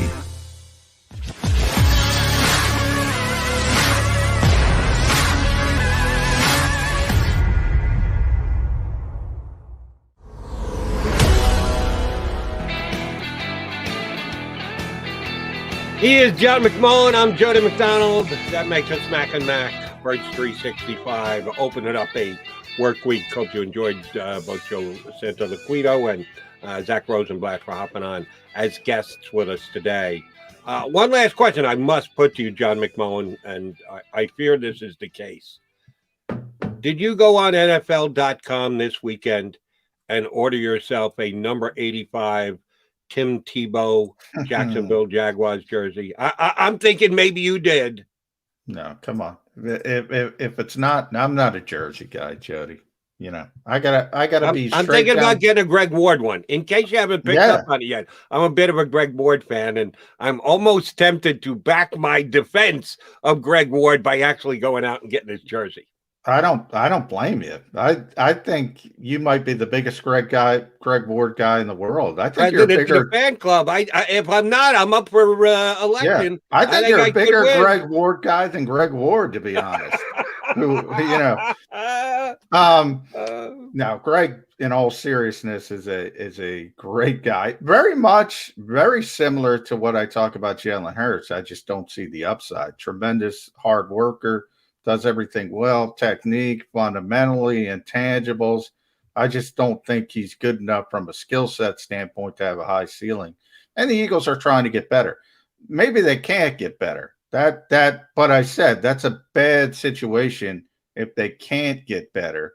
And I think they will be able to get better. That's why Nick Sirianni's here, to be honest, is the development of the younger players. I mentioned that earlier in the show.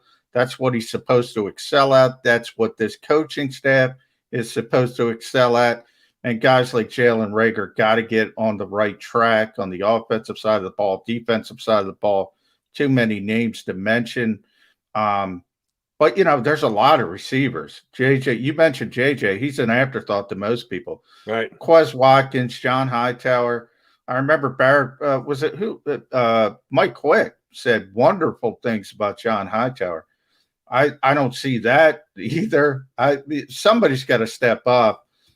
Maybe it ends up being Greg Ward. If that's the case, maybe I'll wear the Greg Ward jersey if he leads the team. I'll get you. If he's leading the Eagles, that'll be our he first is bet. leading the Eagles in receptions again, let me use that word again this year. Come Christmas, I will personally buy you the Greg Ward jersey for Christmas, McMullen, and I will force you to wear it on Birds 365. That'll be our first bet. And I will say things have gone horribly wrong. And the Eagles will be in the top five. the Eagles will be top 5 in the draft picking a different quarterback. So if Greg Ward does well, it's not good for Jalen Hurts. All right, fair enough. And the reason I brought that up was Tebow.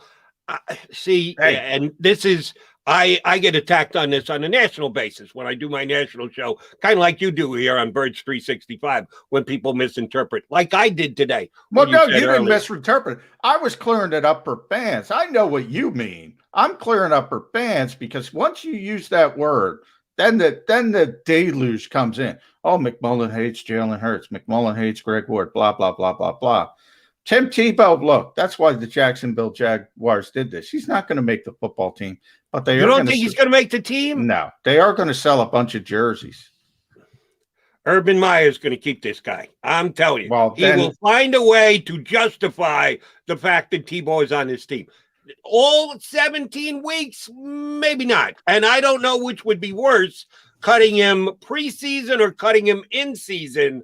But I'm telling you, I think he's going to make this team. Well, if he makes that team, Jody, I will say Urban Meyer's not going to last long in Jacksonville because if he's making those types of decisions, and he already made a bad decision with the strength coach, I forget his name, Chris Doyle, I think, who had some really big issues. He's making some bad decisions. Yeah, you can get away. You know how these coaches are in these college fiefdoms. You know, they control it. They control the narrative.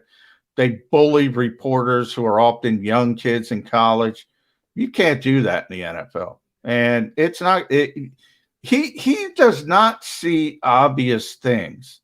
Like if you didn't see the blowback of signing Tim Tebow, and by the way, I think it's overblown. I think it's like, who cares? But nonetheless, the fact that you didn't see this was coming, that's not a good sign. That's not a good sign. Even dealing with the fear of sounding like John McMullen, let me say this. If Tim Tebow makes the Jacksonville Jaguars, which I think he will, that'll be a really bad sign for the Jacksonville Jaguars that they can in any way, shape, or form justify keeping Tim Tebow. It's a bad sign. But I think that's what's going to happen. I think it'll be a bad sign for the Jaguars, except for the fact that they're making money on selling his jersey. I read this weekend. I don't know if you saw this, John. It is the 5th time that for at least one day, Tim Tebow's jersey was the leading selling jersey in that sport on that day. The day he was drafted by the Broncos, the day he signed with the Jets, the day he signed with the Philadelphia Eagles, this past one when he signed with the Jacksonville Jaguars, and he once had the #1 selling jersey for one day in Major League Baseball when he signed with the Mets. His jersey was the #1 selling jersey in baseball, and he had no chance to ever make it to the big leagues. People love the guy. And you see all these jerseys in those, you know, if you go to the grocery store, shop right, you see those things at the back of the parking lot to put your old clothes in. A lot of them there, a lot of them in third world countries because nobody's wearing them because this guy can't play. Hey, but sell jerseys, that's what it's about. Well, I think they buy them and they put them. I think you're wrong. I think they're all in the bottom of a drawer somewhere. I don't think if you're going to go out and pay for it, you're doing it for a specific reason. You are not going to pass it along. You are going to keep it. It's one of those jerseys that your wife gives you a hard time about. 25 years later, you still got the jersey, and the wife is going, "Can I please take this to Goodwill?" And you go, "No. Put that one back in the drawer. I may wear that again." That's the jersey. That's the kind of influence that people have. What is a real, not a replica, what is a real jersey run these days? Like 150, somewhere in that range? Yeah, I think it's closer to 200. 200? Yeah. You got to make better decisions. I always tell if you're going to be a jersey person, go the legacy route. If you're an Eagles fan, go B-Dog, go Reggie White, go Randall Cunningham, Donovan, whatever. Don't pick a new player. Just don't do it. I understand where you're coming from. J-Mac, maybe we'll add that into tomorrow's mix. You and I are going to do this again some 22 hours from now. Have a good day. Go put your jerseys in an order. Make sure the wife doesn't throw any into Tim Tebow. Got to get my Tim Tebow. The recycle bin or take it to Goodwill. Make sure you get all those jerseys secure for tomorrow when we come back. And do it again right here on Birds 365. If you missed any of today's show on the JAKIB Media channel, listen to the podcast on your way home. Available on YouTube, Apple, and Spotify.